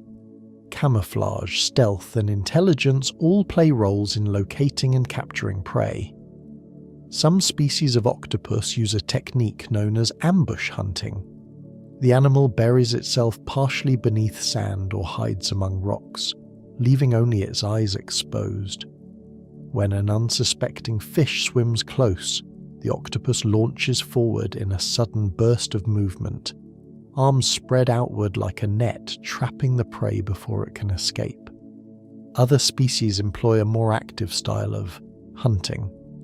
They roam across the seafloor, lifting rocks or probing beneath coral in search of hidden animals. Observers have recorded octopuses turning over stones to reveal crabs hiding underneath, then replacing the stones once the prey has been captured. In some cases, the octopus even uses jets of water from its siphon to flush prey out of crevices. This versatility reflects the animal's intelligence and its ability to adapt its methods to different situations. A crab hiding beneath a rock requires a different approach than a fish swimming in open water. The octopus adjusts its tactics accordingly, sometimes relying on camouflage and patience, other times using sudden bursts of speed or clever manipulation of the environment. Hunting in this way requires constant attention to the subtle signals described earlier. Chemical traces in the water reveal the recent presence of prey. Visual cues hint at movement among rocks or sand. Tactile feedback from the suckers confirms whether something living is hidden inside a crevice. All of these signals combine into a dynamic understanding of the surrounding environment. From the perspective of the octopus, the ocean floor is not a quiet or empty place. It is a landscape filled with clues waiting to be interpreted. Every ripple in the sand, every faint scent drifting through the water, every shifting shadow may signal an opportunity for the patient hunter, moving silently across the seabed. On the ocean floor, survival often depends on finding shelter. The landscape of rocks, coral fragments, shells, and sand offers countless hiding places, but these spaces are not always permanent. Tides shift sediment, storms rearrange debris, and animals compete for the safest locations. For an octopus, which lacks the rigid shell that protects many other mollusks, a reliable refuge can mean the difference between life and death. Unlike crabs or fish that may occupy fixed territories, octopuses frequently modify their surroundings, turning ordinary objects into protective shelters. In doing so, they reveal a set of behaviors that has surprised scientists and reshaped the way we think about the intelligence of invertebrates. One of the most remarkable discoveries in this area was made in the early 2000s in the shallow waters of Indonesia. Marine biologists observing octopuses along sandy seabeds noticed an unusual pattern. Scattered across the sand were empty coconut shells that had fallen into the water from nearby palm trees. At first, these shells seemed like nothing more than debris carried by currents, but then researchers noticed octopuses interacting with them in a curious way. The animals would approach a coconut shell, grasp it with their arms, and begin moving it across the seafloor. Rather than discarding the shell, the octopus carried it along, sometimes walking awkwardly on two arms while the others held the shell beneath its body. Eventually the octopus would stop, position the shell carefully on the sand and crawl inside. When danger approached, the animal could pull the shell closed around itself, creating a portable shelter that shielded it from predators. This behavior attracted immediate attention because it appeared to represent a form of tool use. Tool use has traditionally been associated with animals such as primates, birds, and certain mammals capable of manipulating objects with hands or beaks. Seeing an octopus transport and deploy a coconut shell as protective armor suggested that similar abilities might exist in creatures far removed from those groups. In later observations, octopuses were seen carrying not only coconut shells, but also empty clamshells and other curved objects that could serve as temporary shelters.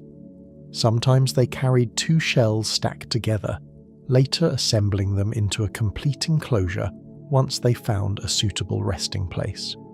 This behavior requires several distinct steps: recognizing the potential usefulness of the shell, transporting it across the seafloor, and then arranging it into a structure that offers protection. Each step involves a level of planning and coordination that goes beyond simple instinct.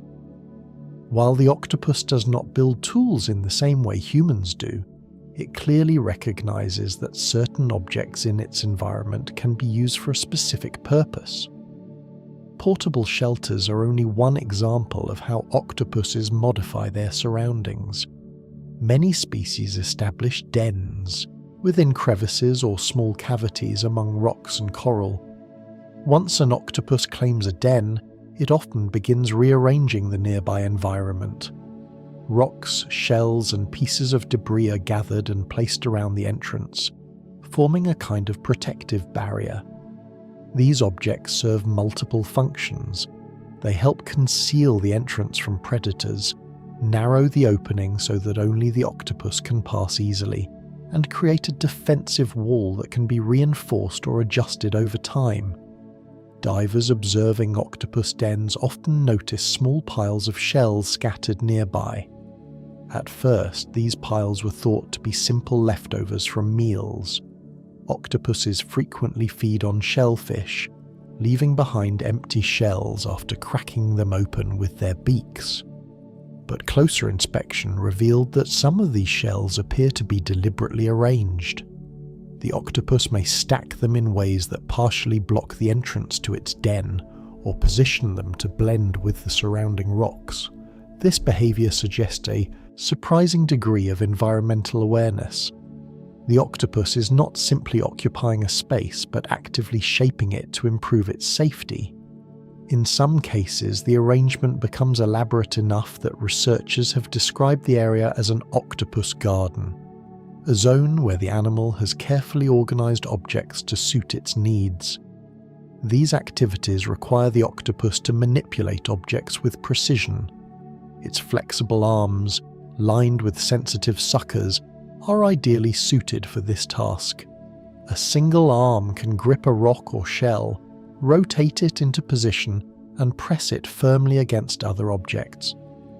Because the suckers provide both strength and delicate tactile feedback, the octopus can adjust the placement of objects until they fit securely. Such actions resemble the careful movements of hands building a small structure.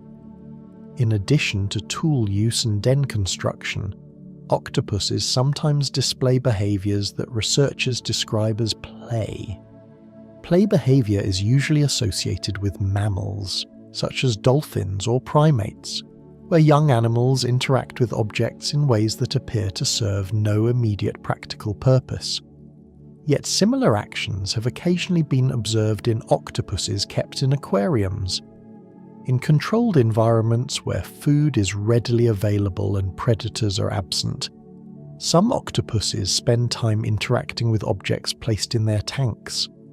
One study documented an octopus repeatedly releasing a floating object into the water current produced by the tank's filtration system, then retrieving it after the current carried it away. The animal repeated this sequence many times, seemingly engaging in the activity for its own sake. While it is difficult to determine whether such behavior represents true play, it demonstrates the octopus's curiosity and willingness to explore unfamiliar objects. Curiosity appears frequently in interactions between octopuses and human divers as well. In many coastal regions where diving is common, octopuses have become accustomed to encountering people underwater. Divers often report that when they approach slowly and remain calm, an octopus may extend one or two arms toward them in a cautious investigation. The suckers make gentle contact with the diver's hand or equipment, tasting and feeling the unfamiliar surface. These interactions can last several minutes as the octopus examines the strange visitor. Occasionally the animal withdraws quickly if startled, but in other cases it remains nearby, continuing to explore. Such encounters highlight the exploratory nature of the octopus mind.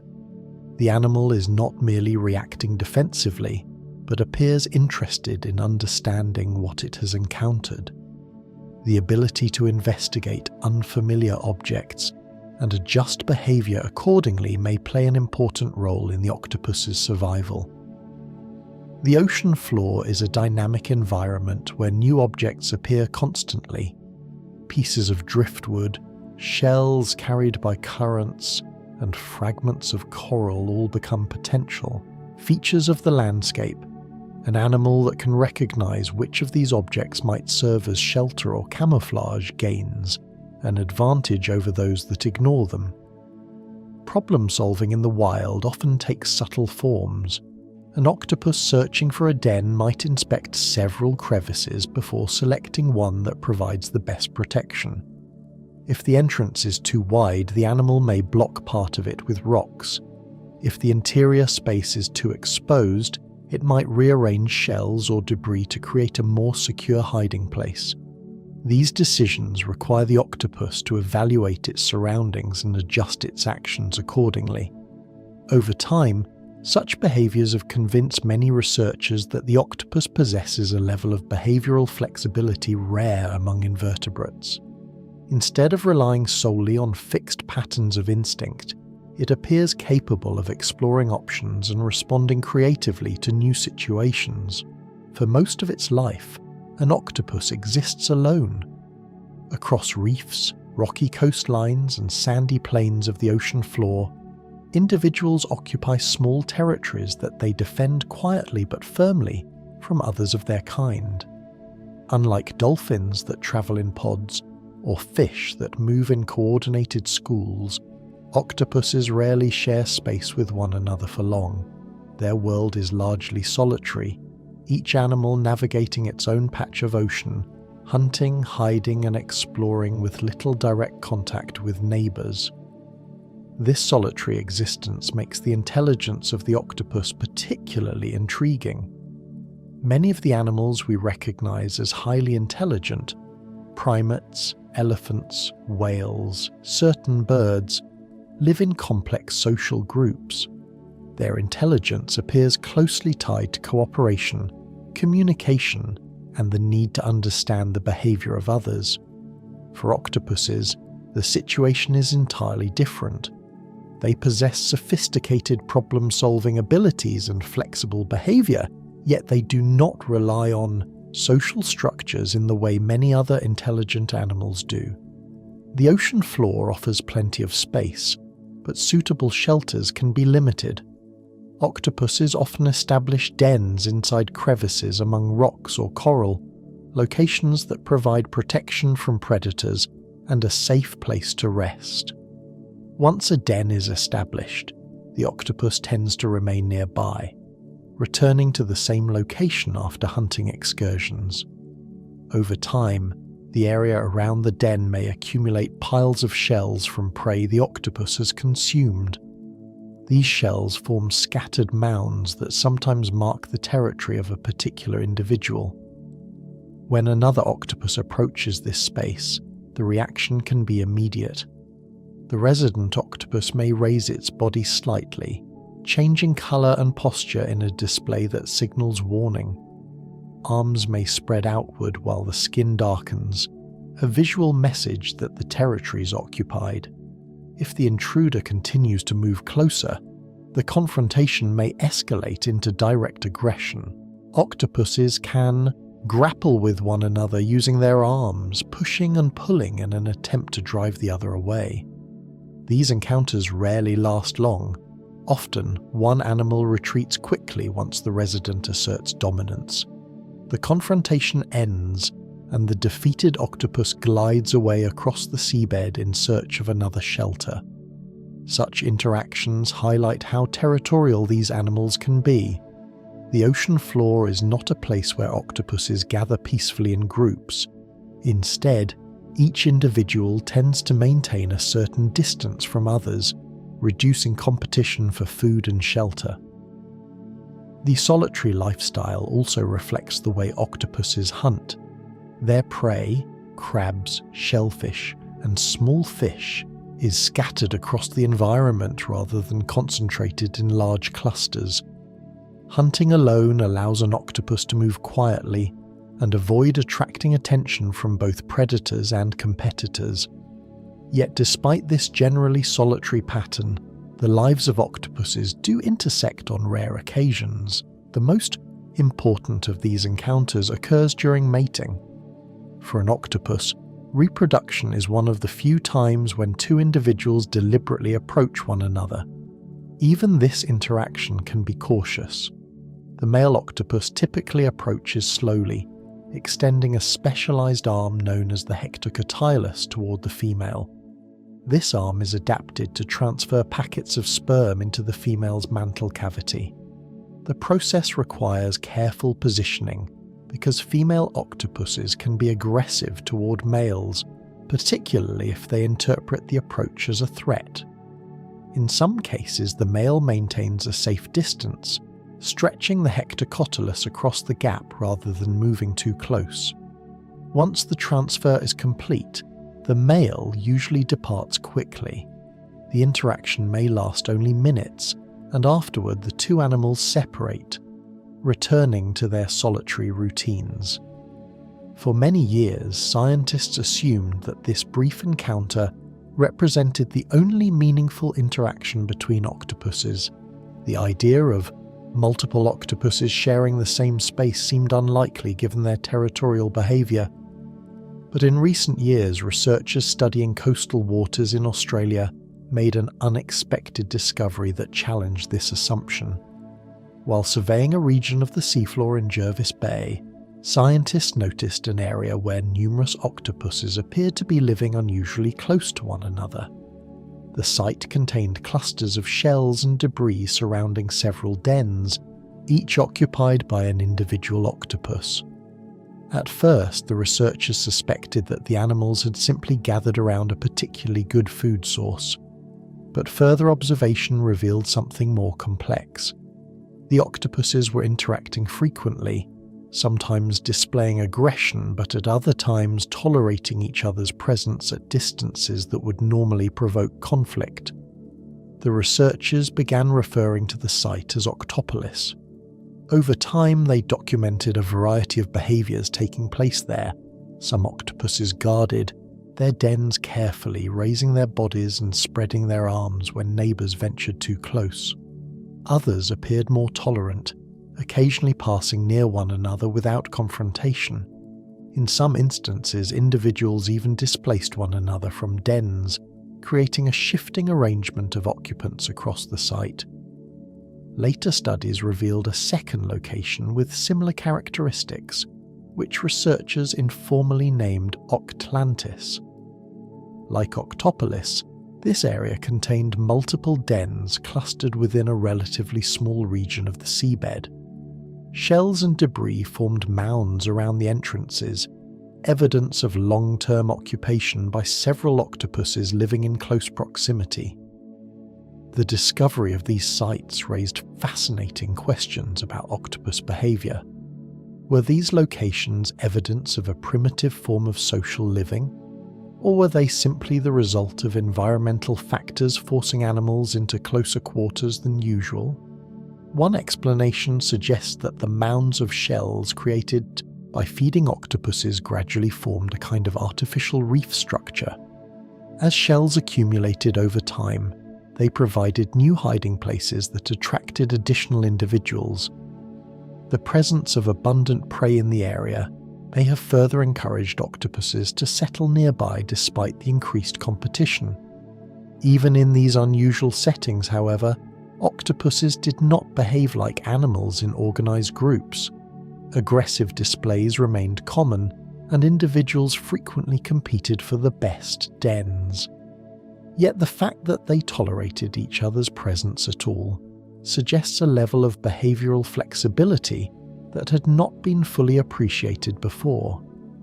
These observations return us to one of the most intriguing questions about octopus intelligence. Why did such complex cognitive abilities evolve in a species that lives mostly alone? In social animals, intelligence often helps individuals navigate relationships within a group. Recognizing allies, remembering rivals, and coordinating cooperative actions all require sophisticated mental processes.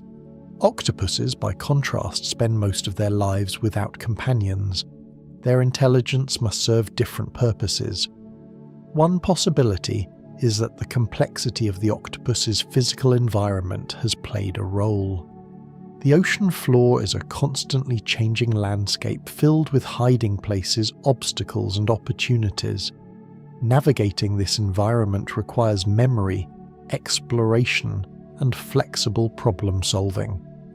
An octopus must remember the locations of safe dens, recognize patterns in the movements of prey, and adapt to new conditions when storms or currents reshape the terrain. Intelligence in this context becomes a tool for interacting with the physical world rather than the social world. Another factor may involve the octopus's unique body plan. Controlling 8 flexible arms, each with its own sensory and neural networks, demands an advanced system of coordination. The distributed intelligence described earlier allows the octopus to manage this complexity, but it may also provide the foundation for broader cognitive abilities. In other words, the same nervous system that allows the octopus to control its remarkable body may also enable the learning and exploration behaviors observed in laboratories and aquariums. For an animal capable of solving puzzles, navigating complex environments, and manipulating objects with remarkable dexterity, the lifespan of the octopus is surprisingly brief. In many species, life unfolds in a compressed timeline that lasts little more than a year or two. From the moment a young octopus hatches, the pace of existence is rapid. Growth happens quickly, hunting skills develop within weeks, and the animal moves through the stages of life with an urgency that reflects the fragile balance of survival in the ocean. This short life has puzzled scientists for decades. When people first learn about octopus intelligence, they often assume that such a complex mind must belong to an animal that lives for many years, accumulating knowledge through long experience. Yet the opposite is true. Most octopuses reach maturity within months and reproduce only once before their lives come to an end. To understand why, it helps to look closely at the biology that governs their life cycle. The beginning of an octopus life is a moment of remarkable vulnerability.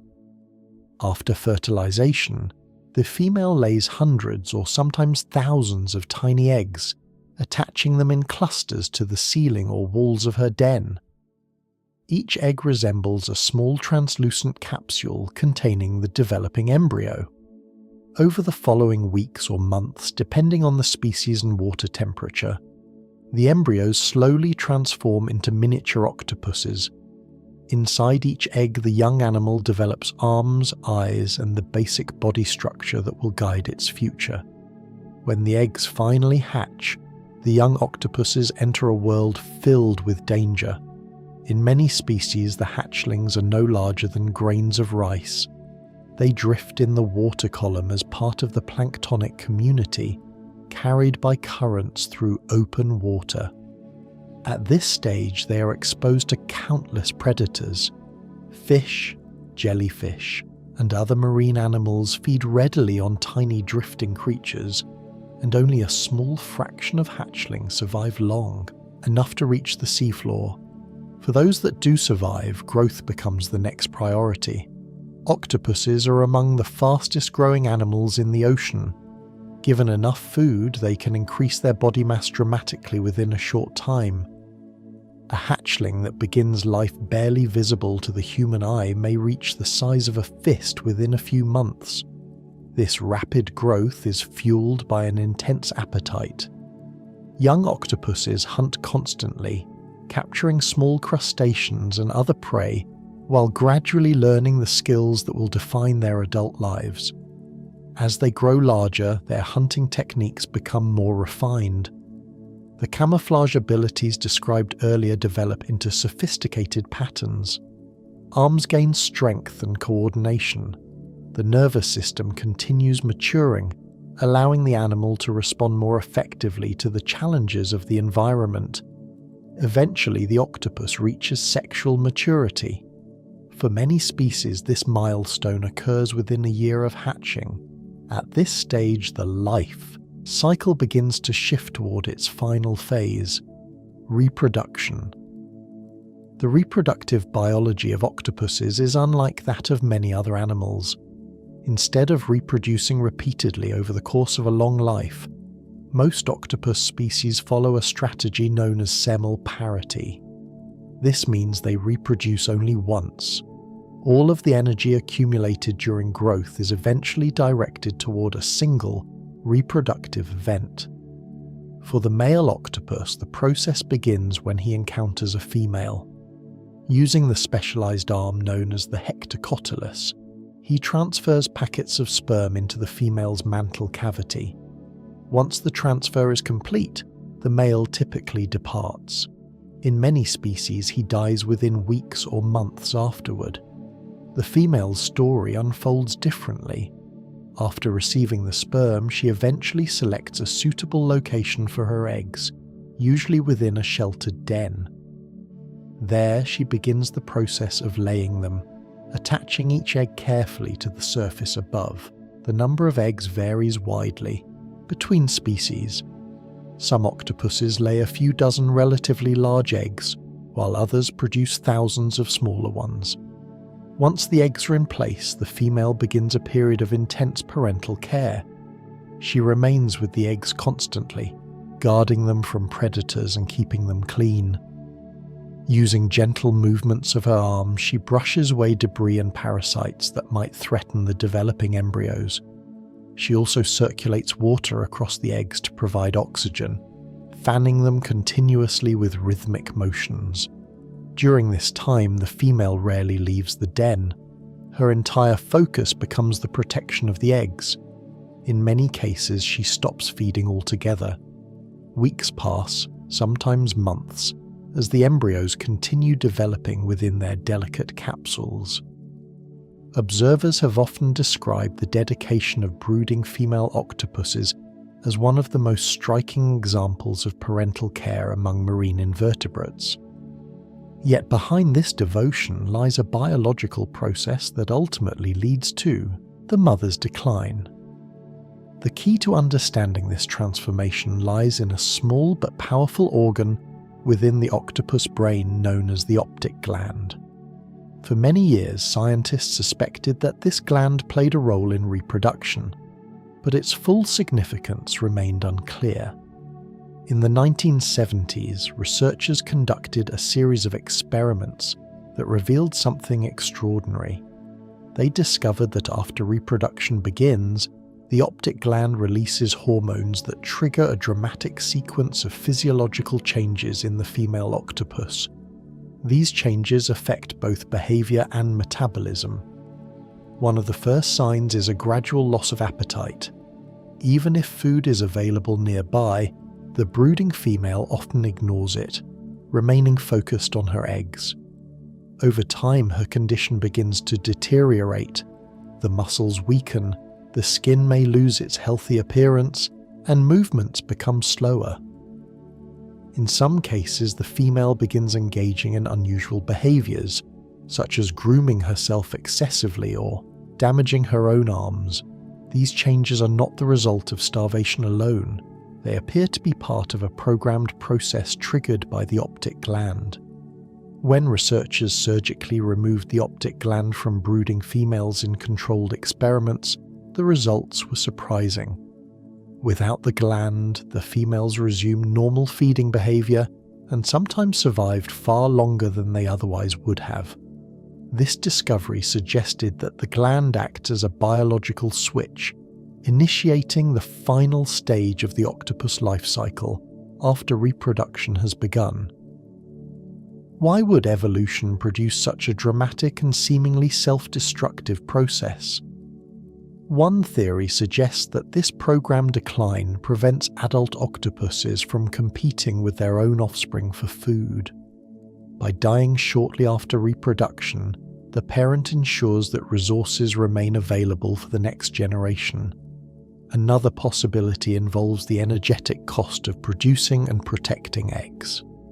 The intense investment required for brooding may leave little energy for long-term survival afterward. Regardless of the underlying reasons, the effect is unmistakable. Within weeks of the eggs hatching, the mother's life usually comes to an end. Her final act has been to ensure the survival of the next generation drifting into the vast ocean beyond the den. Deep beneath the surface of the ocean, where sunlight fades into darkness and the water grows colder with depth, life moves at a slower rhythm. Many animals that inhabit these regions grow slowly and reproduce rarely, conserving energy in an environment where food can be scarce. Yet even in these quiet depths, the life cycle of the octopus continues, shaped by the same biological drive that governs its relatives in shallow waters. And nowhere is that life cycle more extraordinary than in the behavior of a brooding mother guarding her eggs. In the final stage of an octopus's life, after the long months of growth and exploration that define its early existence, the female retreats to a sheltered place and begins preparing for one of the most demanding tasks in the animal kingdom. The eggs she produces are delicate structures, vulnerable to predators, parasites, and the subtle changes in water conditions that occur across the ocean floor. Left unattended, they would rarely survive long, enough to hatch. The mother's role is to ensure that they do. Once the eggs are laid, they're usually attached to a hard surface within the safety of a den. Some species suspend them from the ceiling of a rocky crevice in long clusters that resemble strings of tiny pearls. Others fasten them to shells or coral branches. Each egg contains a developing embryo that must remain clean and well supplied with oxygen for weeks or even months before it is ready to hatch. The female positions herself near the eggs and begins a routine that she will repeat almost continuously for the remainder of her life. Using the gentle movements of her arms, she carefully strokes the clusters, removing particles of sand or debris that might settle on their surface. These small cleaning motions prevent bacteria or parasites from gaining a foothold. At the same time, she circulates water across the eggs, fanning them with rhythmic pulses that keep oxygen flowing through the delicate membranes. This constant attention is essential. In the still water of a sheltered crevice, oxygen can quickly become depleted if fresh currents do not reach the eggs. By creating a steady flow with her arms, the mother ensures that each embryo receives the oxygen it needs to continue developing. Observers who have watched this process describe it as a kind of quiet devotion. The female rarely leaves the eggs, even when potential food drifts nearby. Her attention remains focused on the fragile clusters hanging in front of her. The instinct to protect them overrides almost every other behavior. In many species, the brooding period lasts several months. During this time, the female gradually stops feeding. At first, she may still capture small prey that wanders close to the den, but as the weeks pass, her appetite fades. The hormonal changes triggered by reproduction begin to alter her metabolism. The optic gland described earlier releases signals that shift the animal's physiology toward a final phase of life. Despite the physical strain, the mother continues tending the eggs with unwavering persistence. Each day she cleans them, fans them, and guards them against intruders. Predators occasionally approach the den, attracted by the scent of developing embryos. Small fish or crustaceans may attempt to snatch an egg if the opportunity arises. When this happens, the female reacts instantly, spreading her arms wide to shield the cluster and driving the intruder away. Over time, the embryos within the eggs begin to change shape. Through the translucent membrane, tiny arms and dark eyes become visible. The developing octopuses curl and stretch within their capsules as their bodies take form. For the mother, these subtle movements signal that the end of the brooding period is approaching. When the moment finally arrives, the eggs hatch one by one. Each tiny octopus slips free and drifts into the surrounding water, beginning the precarious journey that will carry it into the open ocean. By the time this happens, the mother is often exhausted. Months of fasting and constant vigilance have taken their toll, yet her task has been completed. The next generation has begun its own uncertain life beyond the shelter of the den. For many years, scientists believed this pattern represented the longest brooding behavior possible among octopuses. But in 2007, researchers exploring the deep waters of Monterey Canyon off the coast of California encountered something that would change that understanding entirely. At a depth of more than 1,300 meters, where temperatures hover just above freezing and sunlight never penetrates, they discovered a female octopus clinging to a rocky outcrop. At first, the sight seemed ordinary enough. The animal was positioned over a cluster of eggs attached to the rock beneath her arms. Yet when scientists returned to the site months later, using remotely operated vehicles, the octopus was still there. The eggs remained in place and the mother continued tending them, with the same quiet persistence. Curious about the length of this brooding period, researchers began revisiting the site regularly. Each time they returned, the octopus remained in position, guarding the eggs and gently fanning them with her arms. Months turned into years, and the mother did not leave. In total, scientists documented this single female octopus brooding her eggs for more than 4 years. This discovery stunned marine biologists. No other animal had ever been observed protecting its eggs for such an extended period. The extreme length of the brooding phase appeared to be linked to the cold temperatures of the deep ocean. In colder environments, biological processes slow dramatically. Embryos develop more slowly, and eggs may require far longer to reach maturity than they would in warmer water. The female octopus seemed to have adapted to this slow pace of development, maintaining her vigil for years while the embryos gradually formed within their capsules. Throughout the entire period, she never appeared to leave the eggs to hunt. Her body became thinner over time, yet she continued fanning and cleaning the cluster with the same steady movements.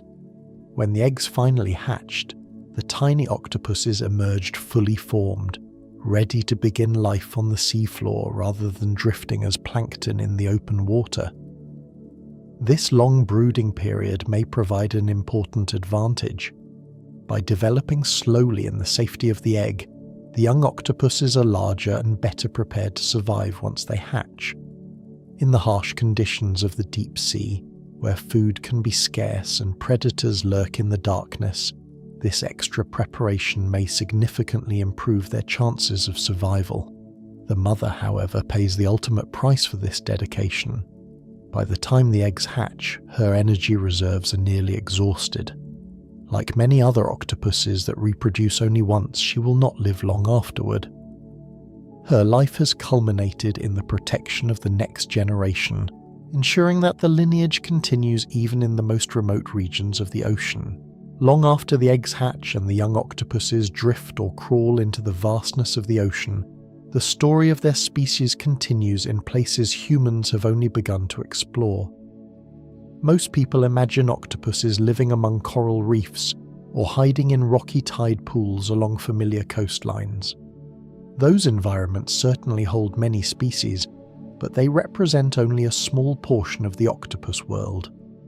Far beyond the reach of sunlight, in cold and silent regions thousands of meters beneath the surface, other kinds of octopuses live lives that remain almost entirely hidden from human view.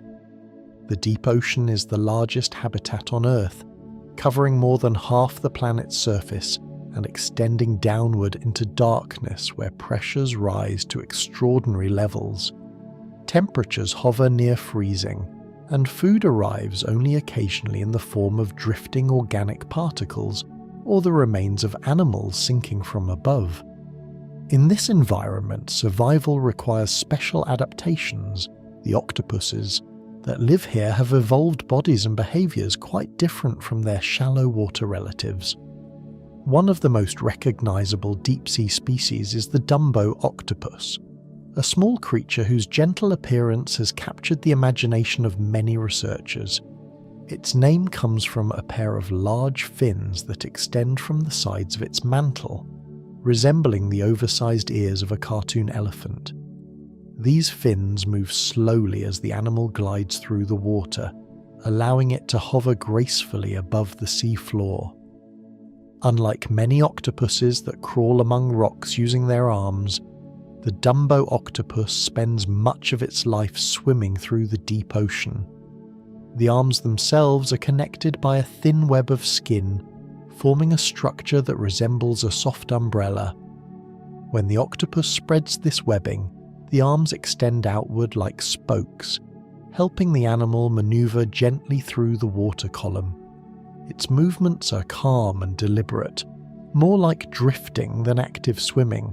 This slow style of movement suits the deep sea, where conserving energy is often essential. Food can be scarce, and animals that waste energy on rapid motion may struggle to survive. The Dumbo octopus feeds primarily on small crustaceans, worms, and other invertebrates that live on or near the seafloor. Instead of capturing prey with sudden strikes, it often drifts downward and envelops the prey within its webbed arms. The meal is then drawn toward the mouth and consumed whole. Another remarkable inhabitant of the deep ocean is the glass octopus, a species whose body appears almost completely transparent. When illuminated by the lights of a research submersible, the glass octopus seems nearly invisible, except for the faint outline of its eyes and digestive system suspended inside a clear body. Transparency provides an effective form of camouflage in the open water of the deep sea. Without rocks or coral to hide among, animals must rely on other strategies to avoid detection. By allowing light to pass, through its body the glass octopus reduces the shadow it casts, making it far more difficult for predators to notice. Even the eyes of this species display an unusual design. The optic lobes extend outward from the head, creating a shape that helps maintain the animal's transparency, while still allowing effective vision in the dim light of the deep ocean. For scientists observing this species through remote cameras, the experience can feel almost surreal. The octopus appears like a floating ghost, drifting silently through the water with only subtle movements of its arms. The existence of transparent animals in the deep sea reminds us how different life can become when shaped by extreme environments. In places where light is scarce and pressure immense, evolution finds solutions that seem almost impossible when viewed from the perspective of life on land. Beyond the Dumbo and glass octopuses, countless other deep-sea species remain largely unknown. Many have been glimpsed only, briefly during exploratory missions using remotely operated vehicles or deep-diving submersibles. Some species display delicate fins that allow them to hover effortlessly above the seafloor. Others possess elongated arms or unusual body shapes that help them navigate the darkness. In certain regions of the deep ocean, octopuses inhabit hydrothermal vent systems where mineral-rich water emerges from the seafloor at high temperatures.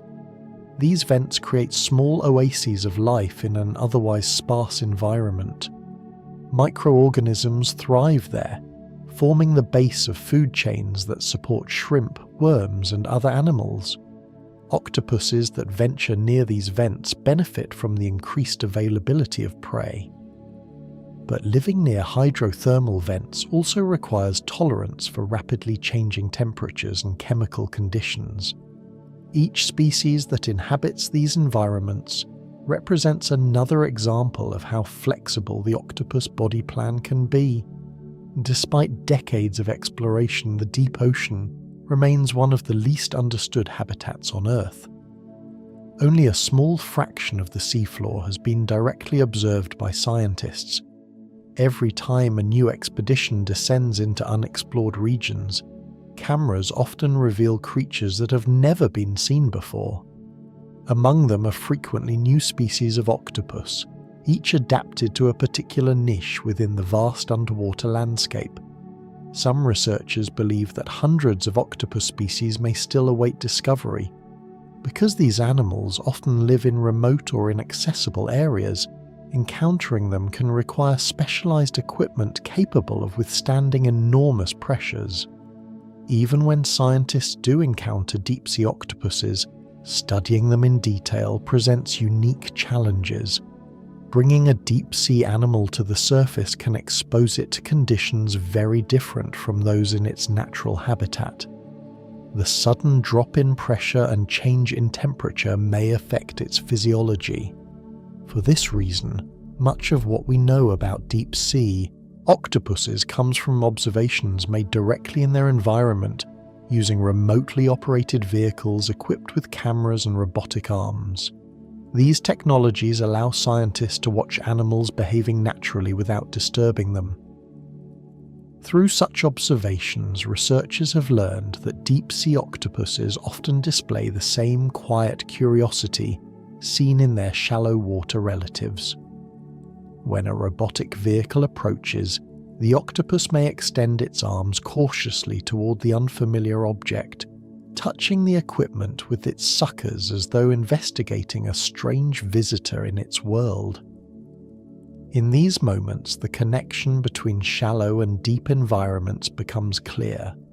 Despite the enormous differences in pressure, temperature, and light, the fundamental nature of the octopus remains recognizable. It is still a creature driven by exploration, guided by sensitive arms and a distributed nervous system capable of interpreting the subtle signals of its surroundings. The deep ocean continues to guard many secrets, and octopuses are among the most mysterious inhabitants of those hidden regions. With each new expedition, scientists gain small glimpses into a world that has existed largely unseen for millions of years. The Dumbo octopus drifting quietly above the seabed, the glass octopus gliding like a living fragment of water, and countless other species moving silently through the darkness, all remind us that the story of the octopus is far from complete. In laboratories and aquariums around the world, researchers who spend long hours observing octopuses often notice moments when the animals grow still. After periods of hunting, exploring, and interacting with their surroundings, the octopus sometimes settles into a quiet posture inside its den or against the glass of a tank. The arms relax, the body softens, and the rhythmic movements of breathing slow slightly. For many years, scientists assumed these moments were simply periods of rest. But closer observation has revealed something far more intriguing. The octopus, like many animals with complex nervous systems, appears to sleep. Sleep itself is one of the great biological mysteries. Nearly every animal with a brain experiences some form of it, yet its purpose remains only partially understood. In mammals and birds, sleep is divided into different phases that alternate throughout the night. One of the most familiar of these phases is rapid eye movement sleep, often called REM sleep. During REM sleep, the brain becomes highly active, the eyes move quickly beneath closed eyelids, and vivid dreaming occurs in humans. For decades, scientists believed that such complex sleep patterns might be limited to vertebrates, animals whose brains share a common evolutionary heritage. But the octopus, whose nervous system evolved along an entirely different path, has begun to challenge that assumption. Researchers studying octopus behavior noticed that when the animals rest for extended periods, they sometimes enter a deeper state that looks very different from quiet wakefulness. The body becomes pale and relaxed, and the animal remains motionless for several minutes. This stage resembles the slow wave sleep observed in many vertebrates, where brain activity slows and the body enters a restorative state. Yet every so often, this calm phase gives way to a sudden burst of activity. The octopus's skin begins flashing through rapid patterns of colour and texture. Chromatophores open and close in waves, creating stripes, spots, and mottled patches that ripple across the body. At the same time, the eyes may move beneath partially closed lids, and the arms twitch slightly against the substrate. These episodes last only a short time, often less than a minute before the animal returns to its pale, still state. Then the cycle repeats. To researchers watching closely, the pattern seemed familiar. The quiet phase resembled slow wave sleep, while the brief bursts of activity resembled REM sleep. To investigate further, scientists began conducting controlled experiments with octopuses kept in laboratory aquariums. By recording brain activity and body movements over extended periods, they discovered that these cycles occurred regularly. The octopus would remain in the quiet stage for several minutes, followed by a brief active stage where the skin patterns changed rapidly and the body showed subtle movements. The sequence repeated again and again, forming a rhythm that strongly resembled the sleep cycles seen in vertebrates. What makes these observations especially fascinating is the way the octopus's skin behaves during the active phase. The flashes of colour and pattern often resemble the same displays the animal uses while awake.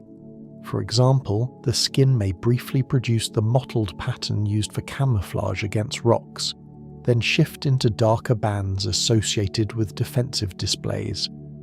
In other moments, the skin takes on patterns linked with hunting behavior. Watching these rapid changes, some scientists have begun to wonder whether the octopus might be replaying experiences from its waking life. In other words, the animal might be dreaming. Dreaming is a difficult phenomenon to study even in humans, where subjects can describe their experiences after waking. In animals that cannot communicate their internal states, the question becomes even more challenging. Yet the presence of REM-like sleep patterns suggests that the octopus brain may undergo processes similar to those involved in memory consolidation in vertebrates. In mammals, REM sleep is believed to play a role in organizing memories and integrating new information acquired during the day. The brain reactivates certain patterns of neural activity, strengthening connections that represent learned experiences. If octopuses experience something comparable, it could help explain their impressive ability to learn from their environment. Throughout its life, an octopus encounters countless situations that require adaptation. It learns which crevices provide safe shelter, how to open unfamiliar shells, and where certain prey species are most likely to appear. Processing and storing this information efficiently would provide a significant advantage in the complex environments where octopuses live. The presence of sleep cycles may offer a mechanism for organizing these experiences. Some experiments have attempted to explore this possibility more directly. In one study, researchers exposed octopuses to new environments and objects during the day, encouraging them to explore unfamiliar spaces. Later, during periods of rest, the animals displayed the same REM-like patterns observed in previous experiments. The researchers noted that the skin patterns during these active sleep phases sometimes resembled those used during exploration earlier in the day. While this evidence does not prove that octopuses dream, it suggests that the brain remains highly active during these moments. The patterns of neural activity recorded during REM-like sleep also reveal an important detail about the octopus nervous system. Even though much of its neural network is distributed throughout the arms, the central brain still coordinates large-scale changes across the body. When the octopus enters the active sleep phase, chromatophores across the entire skin surface respond in coordinated waves. This indicates that the brain is generating signals that influence multiple regions of the body simultaneously, producing the rapid color changes observed during these episodes. Observing an octopus during these moments can feel strangely intimate. The animal lies quietly for several minutes, almost motionless. Then suddenly the skin begins shifting through patterns, as though responding to events invisible to the observer. Spots appear and vanish, stripes ripple across the mantle, and the arms curl gently before relaxing again. Then the display fades, and the octopus returns to its pale resting state.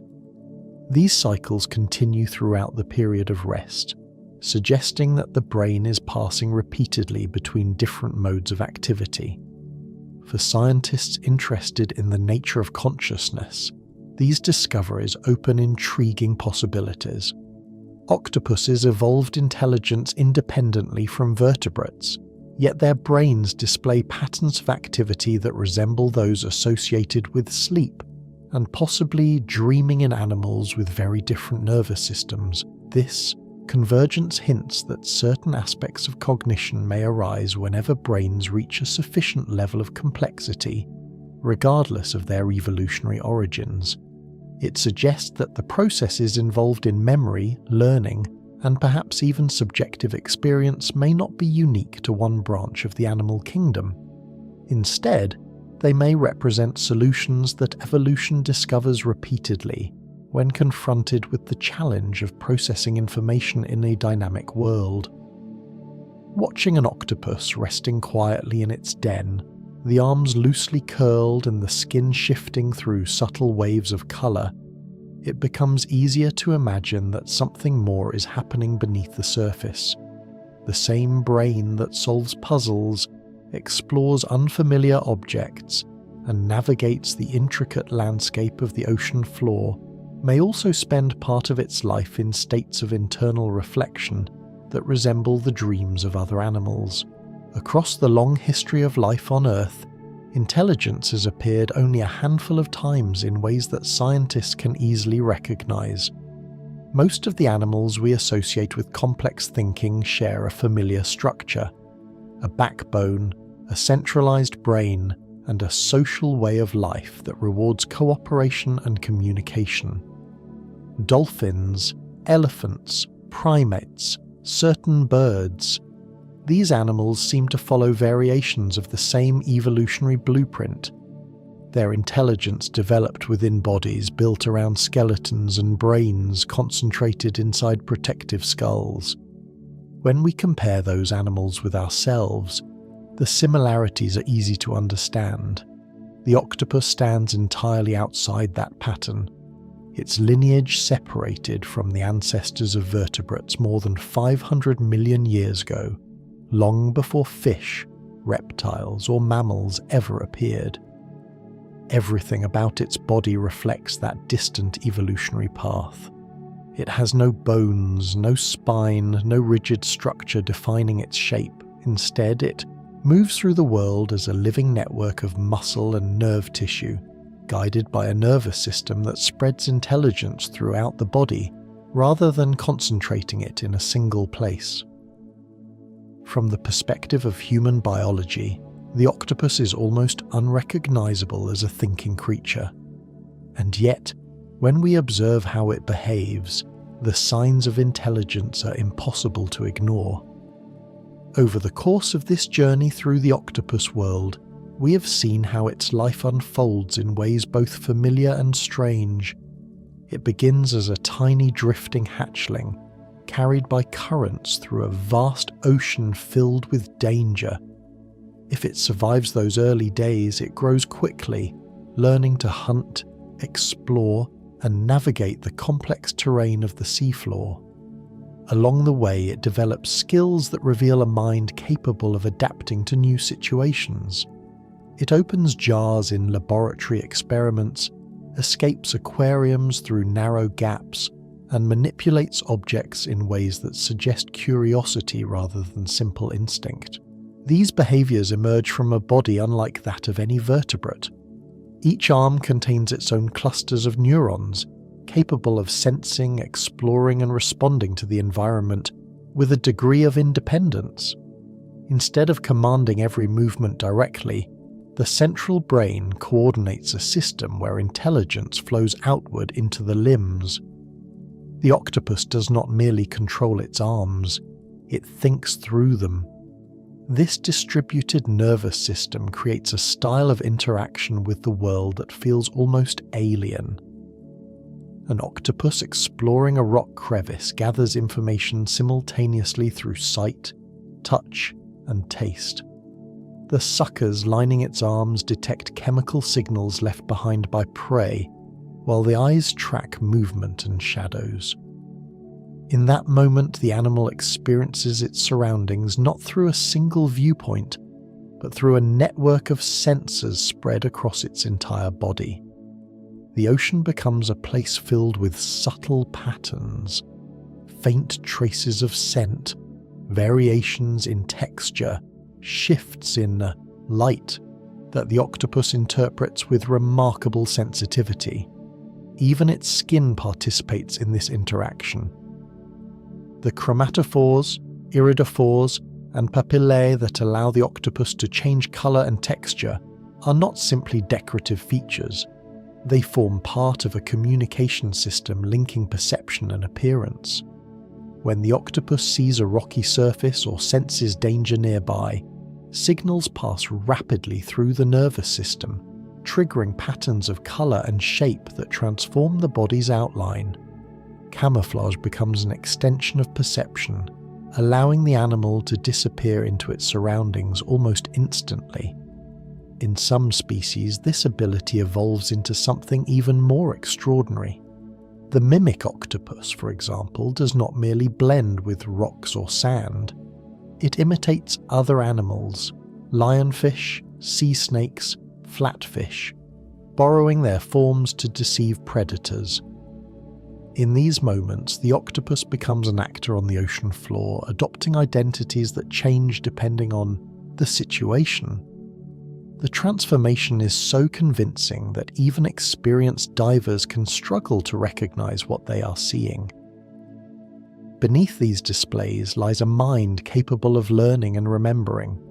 Octopuses navigate mazes, recall solutions to problems weeks after encountering them, and show consistent personality traits that differ from one individual to another.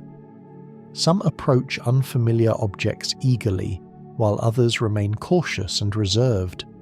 These differences hint at internal processes shaping behavior in ways that extend beyond simple reflexes. At the same time, the octopus remains a solitary creature. Unlike many intelligent animals that live within complex social groups, most octopuses spend their lives alone. They establish dens among rocks or coral, defend their territories, and interact with others only briefly during mating. The discovery of unusual sites like Octopuses and Oclantis suggests that this pattern may be more flexible than once believed, yet even there the animals maintain a delicate balance between tolerance and rivalry. The solitude of the octopus adds another layer to its mystery. Intelligence evolved here not as a tool for navigating social hierarchies, but as a response to the challenges of the physical environment. The ocean floor demands adaptability. Prey hides in narrow spaces, predators patrol constantly, and the landscape itself changes with currents and storms. In such conditions, a mind capable of exploration and problem-solving becomes an essential survival strategy. And yet, despite all this complexity, the life of an octopus remains remarkably brief. Most species live only a year or two, growing quickly, reproducing once, and then declining as the biological processes triggered by reproduction take hold. The mother guarding her eggs for months without feeding represents the final chapter of that life cycle. In the deep sea, where development slows in the cold darkness, this devotion can extend for years. The image of a mother octopus fanning her eggs for 4 years beneath the ocean surface reminds us how much dedication can be contained within such a short existence. When the eggs finally hatch, the cycle begins again. Tiny octopuses drift into the vast water column, each one carrying the potential for the same remarkable abilities that define the lives of their parents. Most will never reach adulthood, yet those that do will explore the seafloor with the same curiosity and adaptability that have characterized their species for hundreds of millions of years. As we look across the oceans today, the octopus remains one of the most compelling examples of how intelligence can arise in unexpected forms. It represents a completely different body plan, a nervous system that spreads cognition throughout the limbs, and a lifestyle shaped more by exploration than by social interaction. In many ways, it is the closest example we have on Earth of what an alien mind might look like, and perhaps the most intriguing part of the story is how much remains unknown. The deep ocean still hides countless species that scientists have never observed directly. New octopuses continue to be discovered during expeditions to unexplored seafloor habitats. Each discovery adds another piece to a puzzle that has been unfolding since the earliest cephalopods swam through ancient seas. Somewhere in the darkness below, octopuses glide across rocks, slip through coral, and drift through the silent depths with the quiet awareness that has defined their lineage for millions of years. Their world remains vast, largely unseen, and filled with mysteries that continue to invite curiosity, both from the animals themselves and from those of us who watch them from the surface, wondering what thoughts may pass through a mind so different from our own.